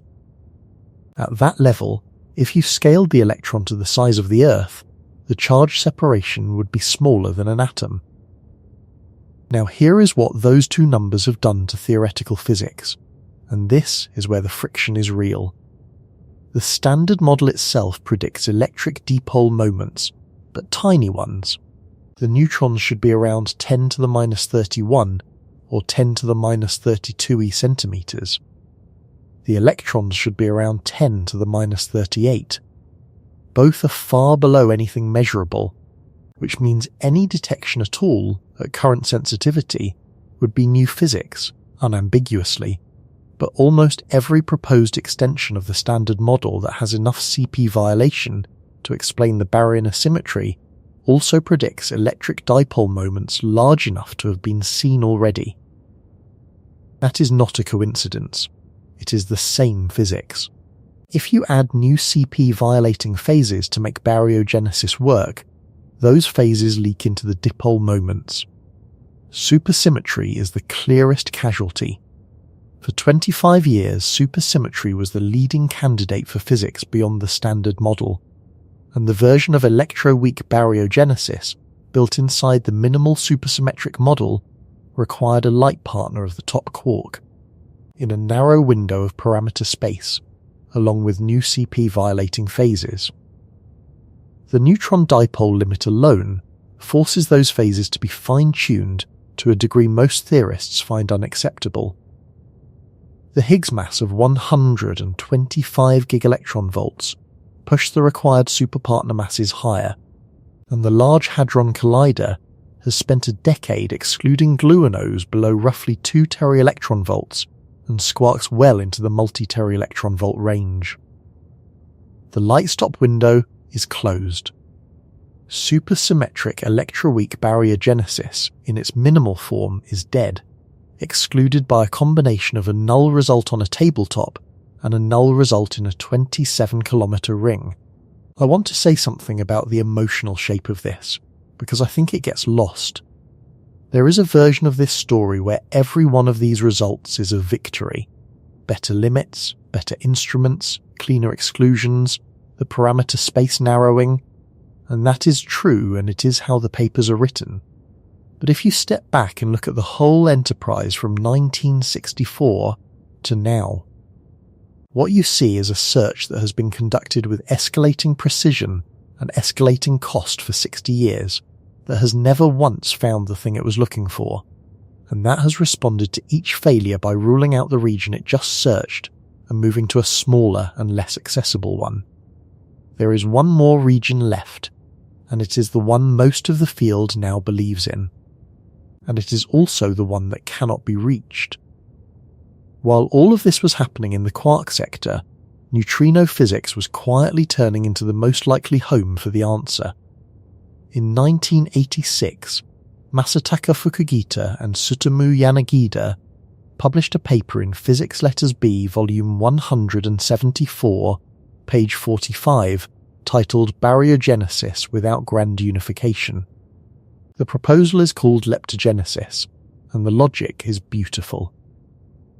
Neutrinos have mass, which we know from the fact that they oscillate between flavours, a discovery that won the Nobel Prize in 2015. But their masses are absurdly small, at least 1 million times lighter than the electron, and nobody knows why. The most popular explanation is called the seesaw mechanism. Suppose there exist heavy right-handed neutrinos at some enormous mass scale. Their existence would push the masses of the ordinary neutrinos down by exactly the ratio you need. The heavier the hidden partners, the lighter the visible ones. Now those heavy neutrinos would be their own antiparticles, which is a category of particle called a Majorana fermion. And in the early universe they would decay.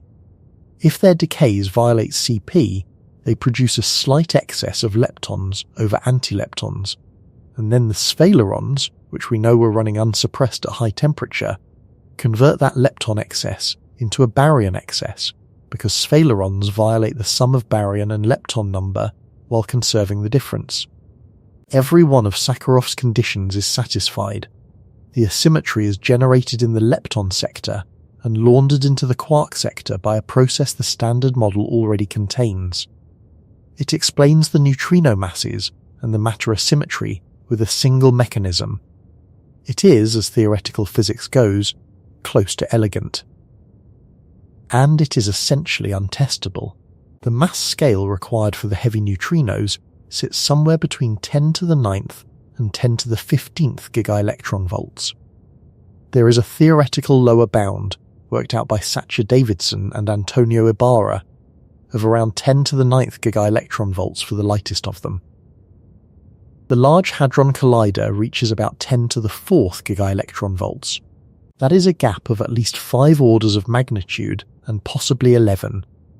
To reach 10 to the 9th gigaelectronvolts with current accelerator technology, you would need a ring somewhere in the vicinity of the diameter of the solar system. To reach 10 to the 15th, you would need something considerably larger than that. We are not going to build it.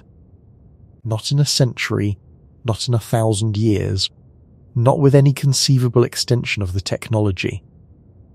The energy scale at which the matter in your body was created is, for all practical purposes, permanently out of reach, which leaves indirect tests, and there are 2, and neither has delivered. The first is neutronoless double beta decay. If neutrinos are Majorana particles, their own antiparticles, then a particular rare nuclear decay becomes possible in which 2 neutrons convert to 2 protons and emit 2 electrons and no neutrinos at all, it has never been observed. The current best limit, from the Kamlan-Zen experiment in Japan, published in 2024 using the complete data set, puts the half-life at greater than 3.8 times 10 to the 26th years, and constrains the effective Majorana neutrino mass to below something in the range of 28 to 100 and 22 millielectron volts, the spread reflecting genuine uncertainty in the nuclear matrix elements. That is the first experiment to seriously probe the region that one of the 2 possible neutrino mass orderings would require. It found nothing, and this field has already had one scandal, which I think is worth telling because it shows what happens when the pressure to find something meets a marginal statistical signal. In 2001, a subgroup of the Heidelberg-Moscow collaboration, led by Hans Volker Klaptor-Kleingrothaus, announced evidence for neutrinoless double beta decay in germanium-76. They reported a peak at 2039 kiloelectron volts, initially at about 3 standard deviations, and in later publications claimed the significance had risen above 6. The claim was contested immediately, publicly, and by people within his own collaboration. Critics argued that the peak was not a peak at all, but a combination of unresolved background lines, and that the analysis had made choices that manufactured the signal.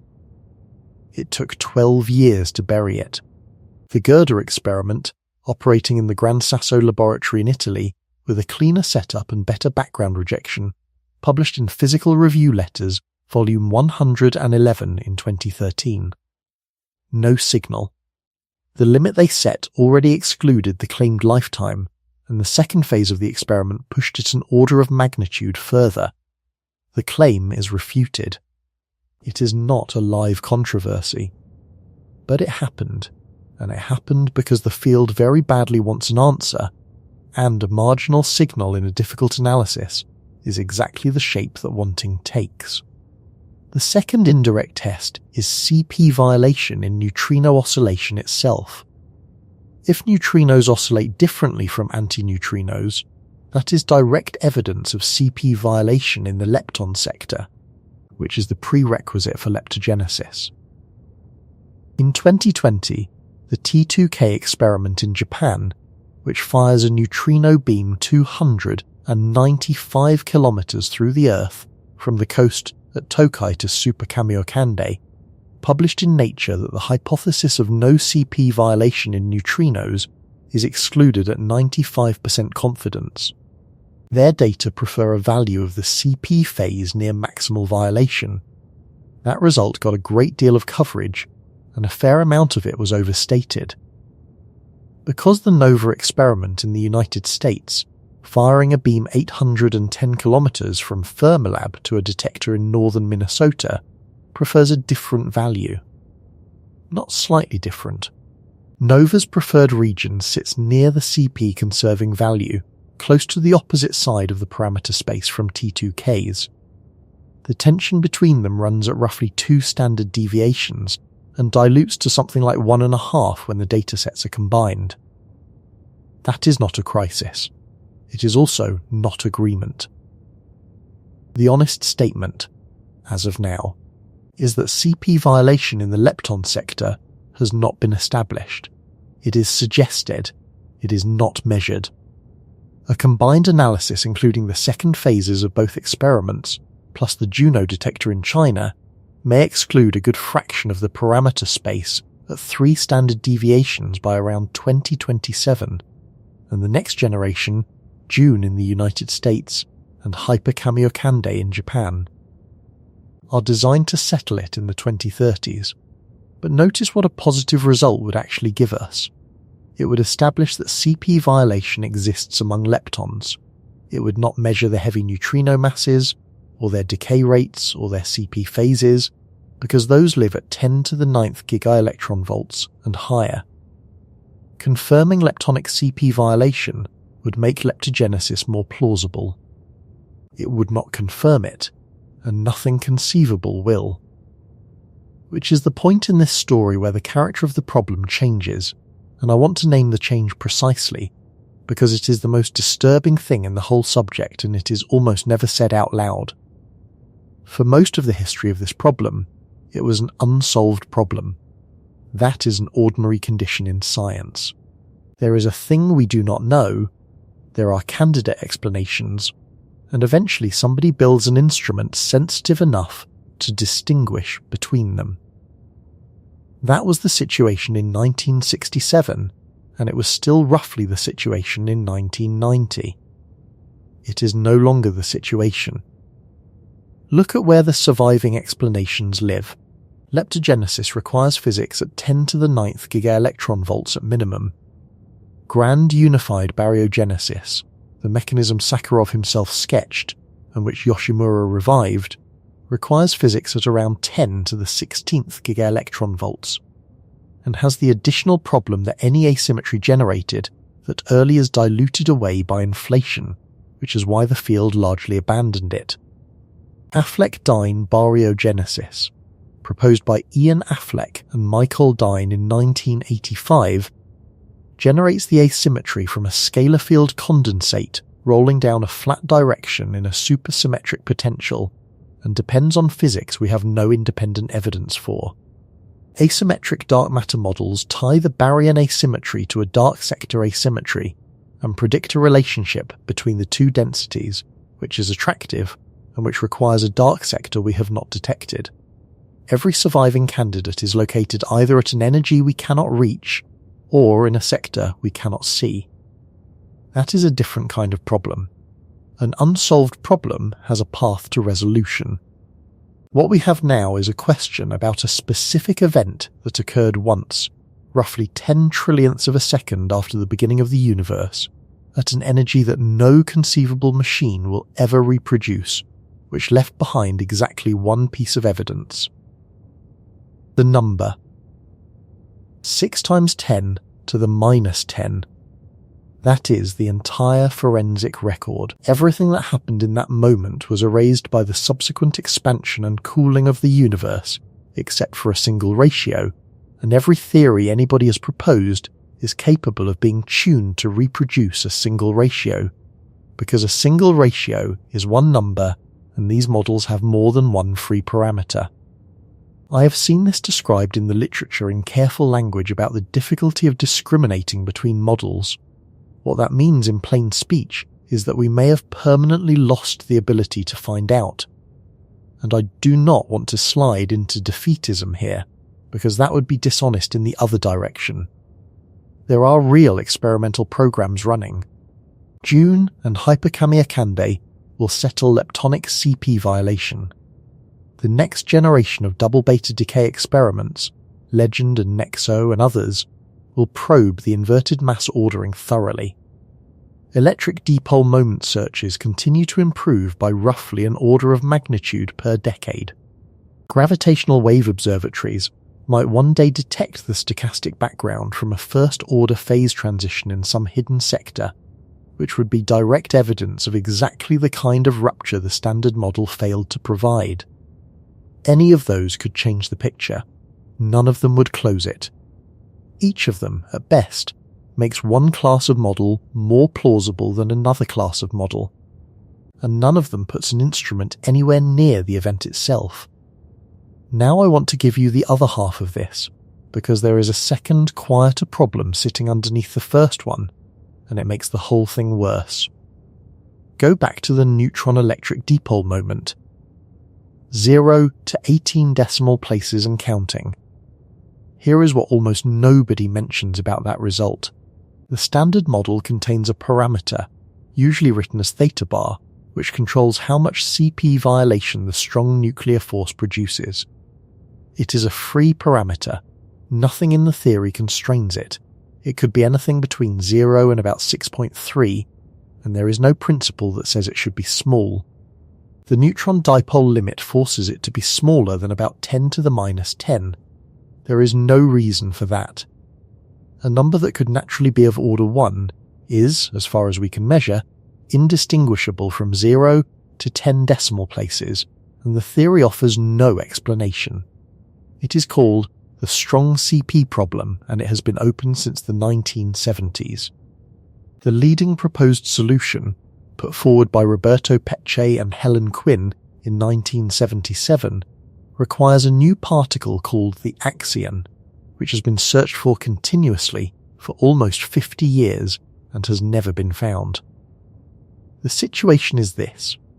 The strong force has a knob that could produce CP violation, and it is mysteriously set to 0. The weak force has CP violation, and it is about 10 billion times too weak to explain the universe.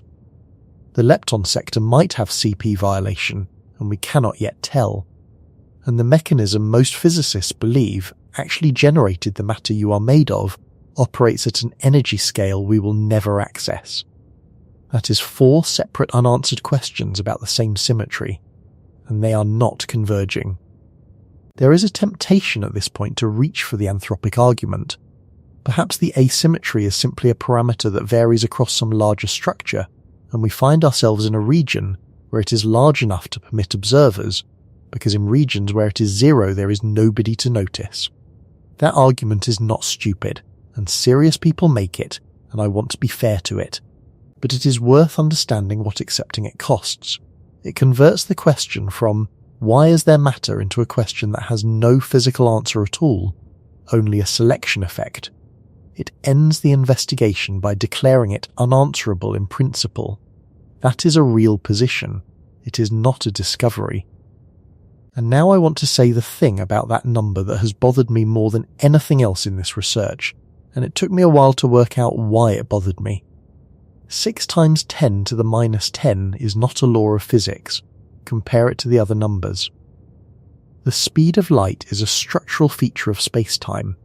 The fine structure constant governs the strength of electromagnetism everywhere and always. The mass of the electron is a property of the electron. These are all in some sense statements about how the universe works. The baryon to photon ratio is not that. It is not a rule. It is an outcome. It is the number that happened to come out of a specific event under specific conditions. The way the number of survivors of a particular battle is not a law of military strategy. Nothing about the structure of physics requires it to be 6 times 10 to the minus 10 rather than 4, or 2, or 0. It is a leftover. Every atom in your body, every atom in every object you have ever touched, every star you can see, is the residue of a process that was supposed to cancel and did not, by an amount that no principle we know of specifies. And that leads to the 3rd time I am going to bring up something I planted at the beginning, and this time I am going to finish it. Before that, I want to do something slightly unusual and count. Count the failed answers in this story. The antimatter is hiding somewhere in the universe, eliminated by Cohen, Derugela and Glashow in 1998, on gamma-ray grounds, comprehensively. Standard model CP violation generated the excess. Eliminated by arithmetic. Short by 10 orders of magnitude. A shortfall that has not narrowed by a single order of magnitude in 6 decades of increasingly precise measurement. The electroweak phase transition provided the departure from equilibrium. Eliminated on the 4th of July 2012 by the measurement of the Higgs mass, against a threshold that had been calculated and published 14 years earlier. Grand unification generated the excess through heavy particle decay, undermined by 40 years of proton decay searches finding nothing, and by the problem that inflation dilutes anything generated that early. Supersymmetric electroweak baryogenesis. Eliminated by a tabletop neutron experiment in Switzerland and a 27-kilometre ring in France and Switzerland, working from opposite ends. Antimatter behaves differently from matter in some measurable way. Eliminated by alpha and base at CERN to 2 parts in 10 to the 12th on the spectrum, 1.5 parts per billion on the magnetic moment, 16 parts per trillion on the charge to mass ratio, and to 25% on gravity. Antimatter has negative gravitational mass and separated from matter under gravity.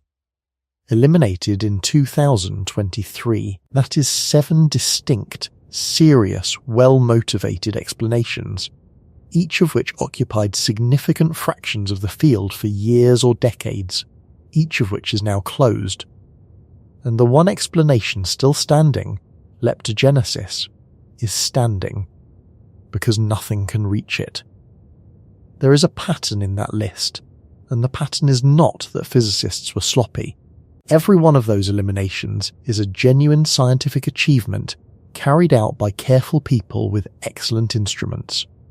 The pattern is that a question which looked in 1967 like a hard but tractable problem has, over 60 years of concentrated effort by thousands of people at a cost in the billions, become harder rather than easier, and has migrated steadily from the laboratory towards the unreachable.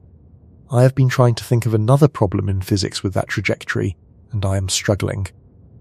Most hard problems either get solved or they get reformulated into something answerable.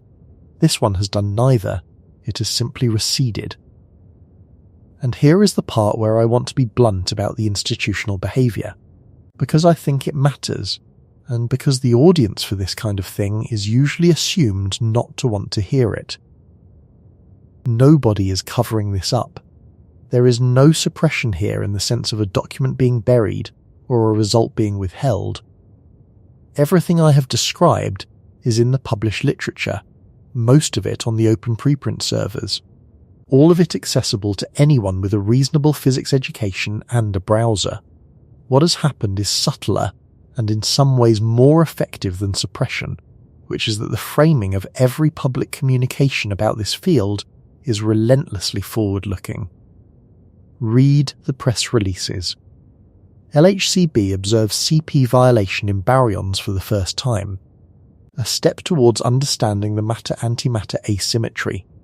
Alpha measures the antihydrogen spectrum with unprecedented precision, bringing us closer to understanding why the universe contains matter. Every null result is framed as progress towards. Every exclusion is framed as narrowing the search. None of those statements is false. All of them are, taken together, systematically misleading about the shape of the situation, because the aggregate of 60 years of narrowing the search is a search space that has narrowed towards a region nobody can enter. I do not think this is dishonesty. I think it is what happens when institutions that depend on continued funding are required to explain themselves to the public in a format that has no room for the sentence we have been looking for 60 years and we have not found it, and we may not be able to. That sentence is true. It is also unpublishable in a press release, and so it does not get said. And so the public version of particle physics in the 21st century is a story of steady progress, and the private version, which any working cosmologist will give you over a drink, is considerably darker. Michael Dozer at CERN has been quoted on antimatter production in terms of cups of tea. Stefan Ulmer talks about the culmination of 10 years of hard work. Walter Ohlert wrote about days nobody in the collaboration will forget. These are good scientists doing extraordinary work, and they deserve every bit of the respect they get. But the thing they were sent to find is not there, and 40 years of not finding it is a result, and results are supposed to be reported. Therefore, let me report it. The matter-antimatter asymmetry of the universe is not close to being explained. The confirmed physics falls short by a factor of about 10 billion. The most promising standard model mechanism was closed by the Higgs discovery. The leading remaining candidate sits at an energy scale 5 to 11 orders of magnitude beyond any machine that will ever be built, and the only evidence it will ever leave behind is a single number that almost any model can be tuned to reproduce. And now, finally, the thing I planted at the beginning. Sakharov's first condition is that Baryon number must be violated. I said earlier that your existence is a proof that it is, and I want to make sure the logic is completely clear before we follow it, because everything that remains hangs on it. At the beginning, the universe had a baryon number of 0, or near enough. If the total count of quarks minus antiquarks can never change, then it is still 0 now, and a universe with a baryon number of 0 contains no net matter. It contains only radiation. You are made of matter. Therefore, the count changed. Therefore, baryon number is not a conserved quantity in nature. That is not a theory. It is an inference from the fact that you are here, and it is as solid as any inference in physics. And a quantity that is not conserved does not become conserved. Whatever process changed the count in the first 10 picoseconds is, in essentially every model anybody has constructed, still available.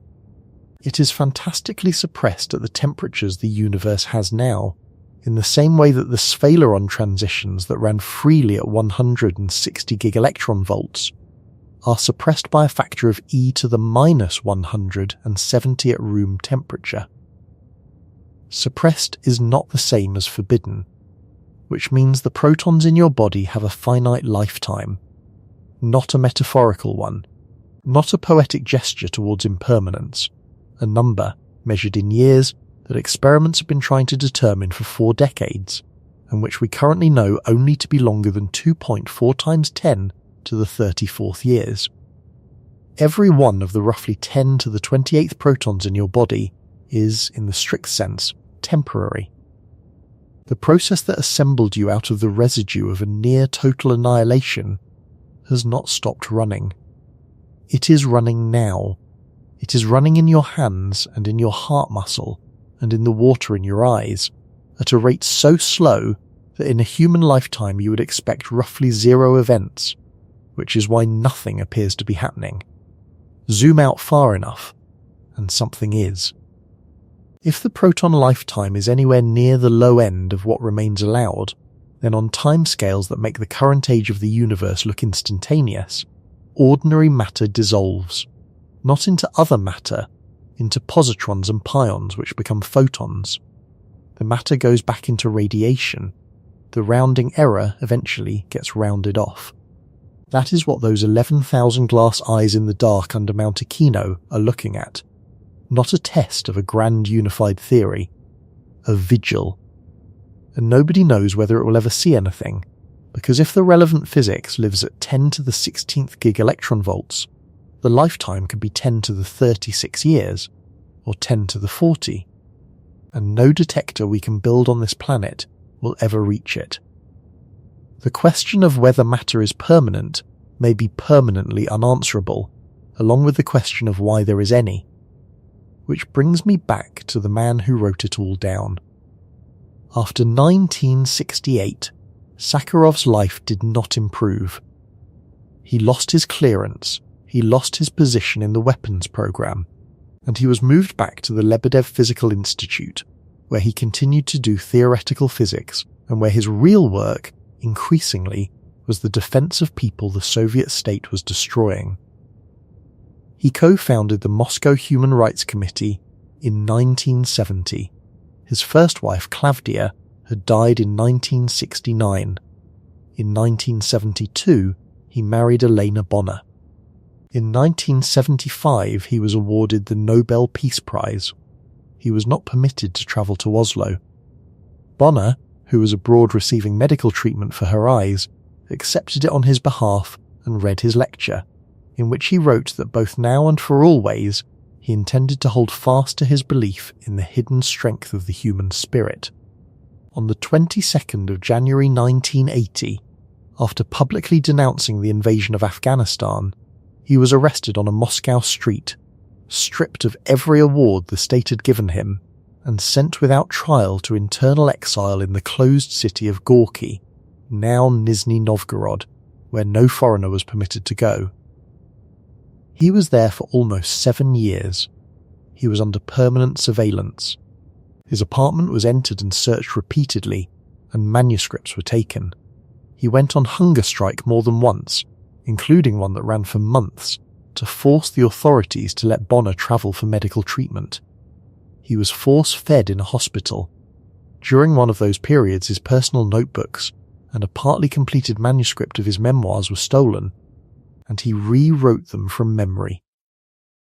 In December 1986, Mikhail Gorbachev had a telephone installed in Sakharov's Gorky apartment specifically so that he could call and tell him he could come home.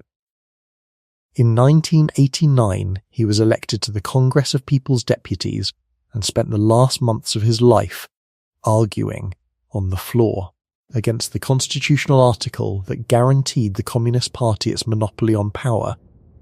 He died of a heart attack at his desk in Moscow on the 14th of December 1989 at the age of 68. He had been preparing a speech for the following day. He never learned whether his 3 conditions were correct in the way he meant them. He never learned that the second one would turn out to be 10 billion times too weak. He died 3 years before the top quark was found, 23 years before the Higgs mass closed the electroweak route, and 34 years before a collaboration at CERN would drop antihydrogen down a magnetic tube and watch which way it went. The man who spent his working life converting matter into radiation, who understood better than almost anyone alive what a large quantity of matter looks like when it stops being matter, wrote the paper explaining why the universe did not do that to itself completely. And that paper sat unread for 12 years while he was busy losing everything he had. Which is roughly where we are. You are sitting inside 411 photons per cubic centimetre, which are the cooled remains of an annihilation that consumed almost everything the universe had. The part of the universe that survived that event, the one particle in a billion that had nothing left to annihilate with, went on to become hydrogen, and then stars, and then carbon, and then the specific arrangement of it that is currently processing these words. Nobody knows why that particle was there. The physics we have measured says it should not have been. The physics that would explain it lives at an energy that no machine will reach, in a moment that lasted 10 trillionths of a second, and it left behind exactly one number and no other trace. And the same physics that put you here does not exempt you. The mechanism that broke the balance in the first place is still running. It has not stopped. It is just quiet. The universe attempted, in its first instant, to convert itself entirely into light. It very nearly succeeded. The margin by which it failed is you, and everything you have ever seen, and everything anyone has ever built, or loved, or been. And it has not finished the job.